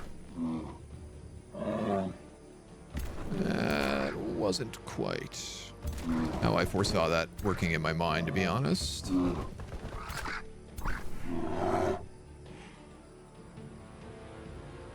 Pikeman there, him there is what I wanted. Well, c'est la vie.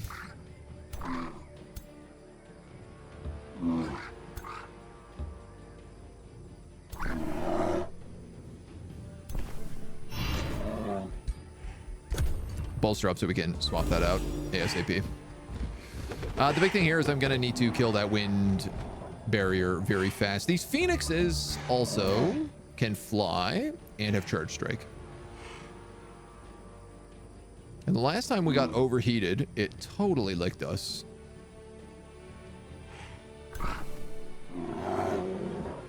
But if I can get a good position on warding,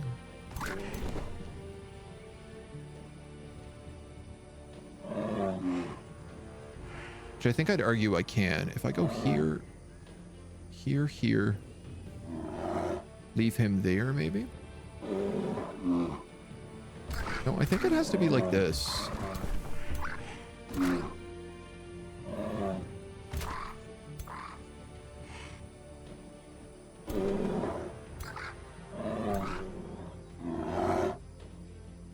Trying to figure out who's got like the best range and everything. You guys do have higher range, which means the evoker probably wants to be in front. He does have the grizzly bear as well.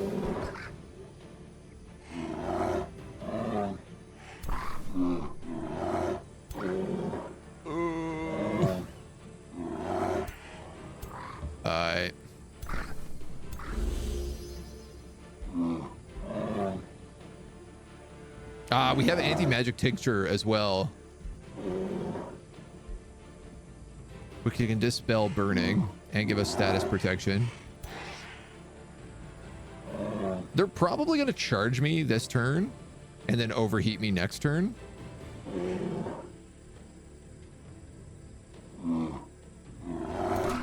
Yeah, this is going to be rough. I'm going to get spanked real hard on this shot.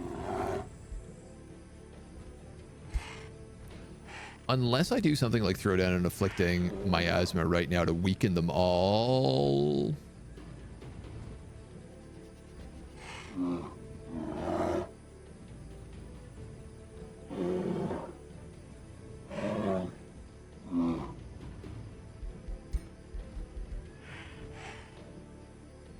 I'm in a mixed opinion here.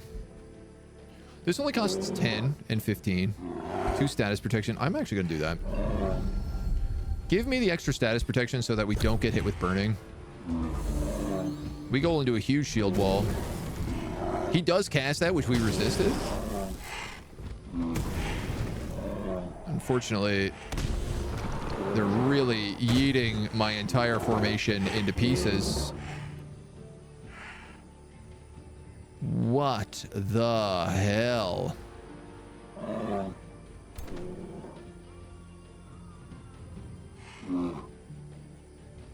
You're immune to electricity.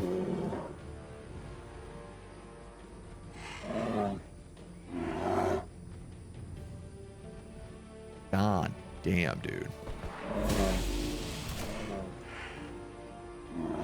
All right, let's get you in here. I need you on that Wind Rager.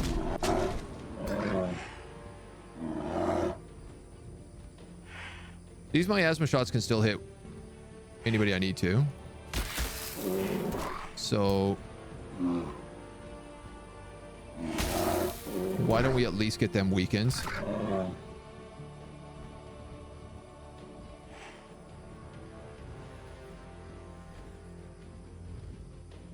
Cha-cha-cha.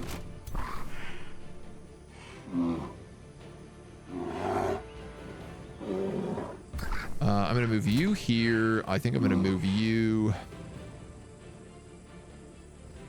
here. This peasant is dead. There's nothing I can do to save him.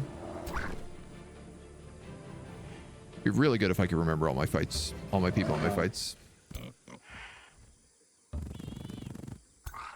I can't believe how many times we've done that. That could actually be the difference.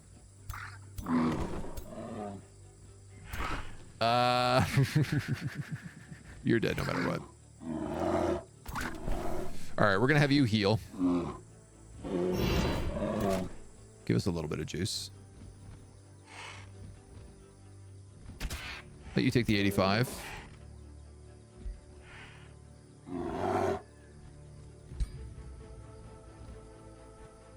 I mean, they've already got my asthma on them.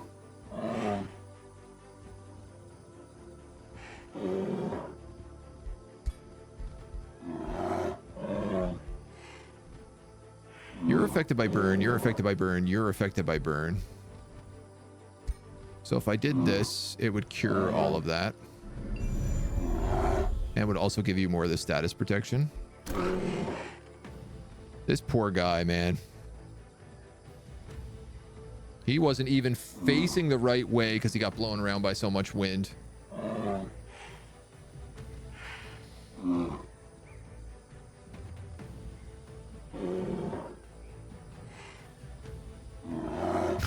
He's dead no matter who he is. He does get first strike. He is also on fire. So I think he dies at the end of his turn. So we'll just let him take it. Take it on the chin. And then we do have our hero. Who I think will just weaken. Because I have no one next to him to shield wall. Okay. Pigs are down.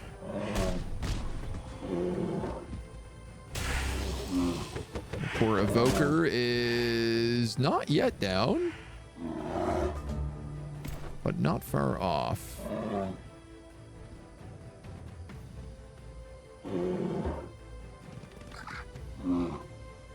Let's get you here and go for this guy first. Oh, man.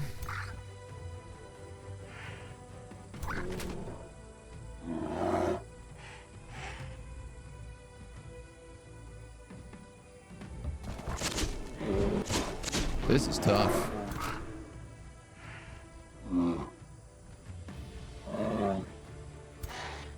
You revive with 40% HP and deal damage to adjacent units. Nobody is adjacent to you right now.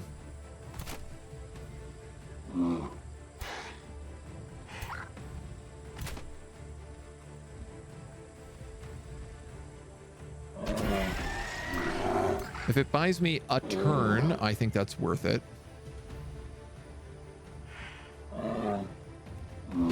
That's just my best shot, unfortunately.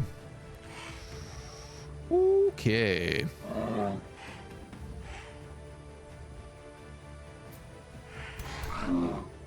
I don't think I can save my evokers, no matter how much I would like to.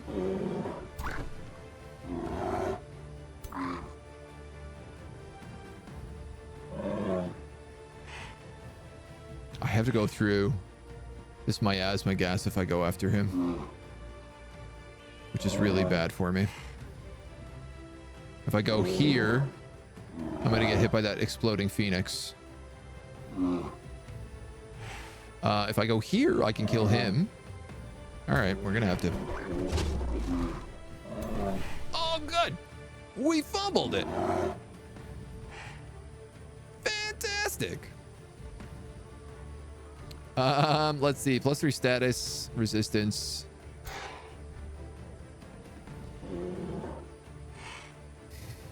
I mean, you're dead for melee attacks. You're probably locked in. You barely do any damage. I guess we could bulwark.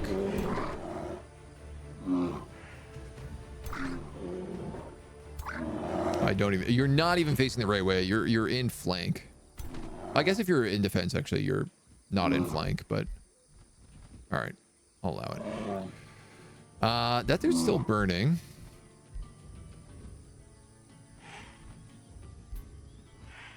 Would I like to cure that? His morale is also very low.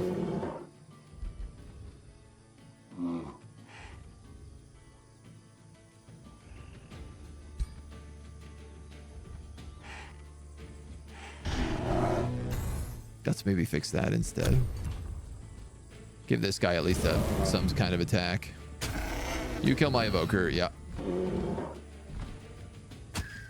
You're gonna do a huge charge. And you're dead. Okay. My Bannerman's dead.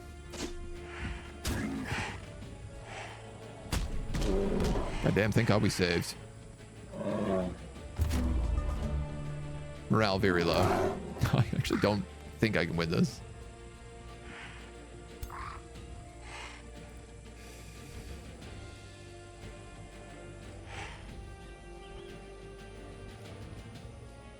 $27.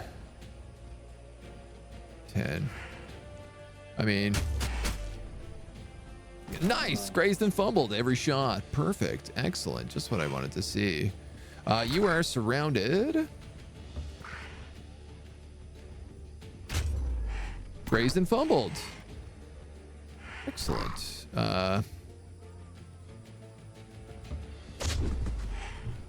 Grazed and fumbled. Fumble chance is 40% on low morale. Okay, all right. That does track, at least. Yeah, we're gonna have to reload that save, I think, if we want to keep going. This is brutes, man. They amped up the difficulty a lot, and I like that. It means I've got to like really think about what I'm doing and maybe relearn some systems. It's been a bit since we played, but the fact that I've gone from playing on brutal and absolutely dominating everything to playing on hard in this story. Now, the stories were always a little bit weird in terms of their consistency for difficulty. That is one thing I do remember.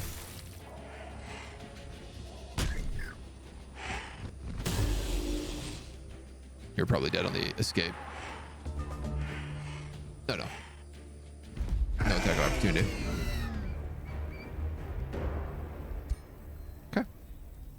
Okay.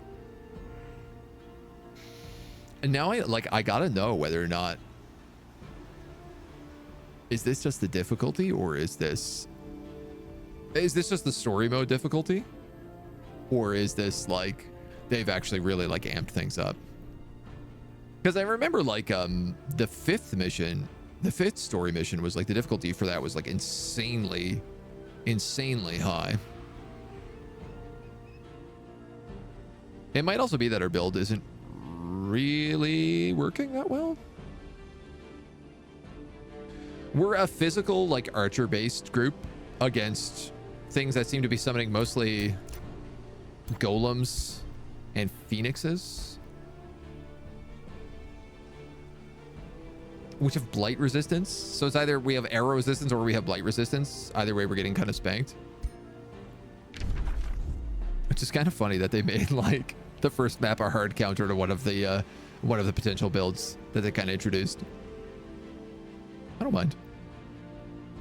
It's interesting to me, but obviously that's not gonna work. So let's call it at that. That's all the time we have for anyway.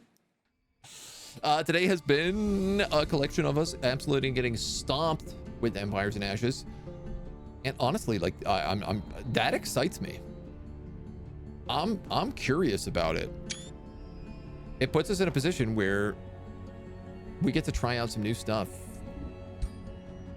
and build new builds, unlock new tech, and explore. I want to play more. I want to play more, but not today. So thank you for joining me. We'll probably be back to this next week, I think. We're going to be switching between this and For the King, I think, a fair bit for the next little bit. We'll see how it goes.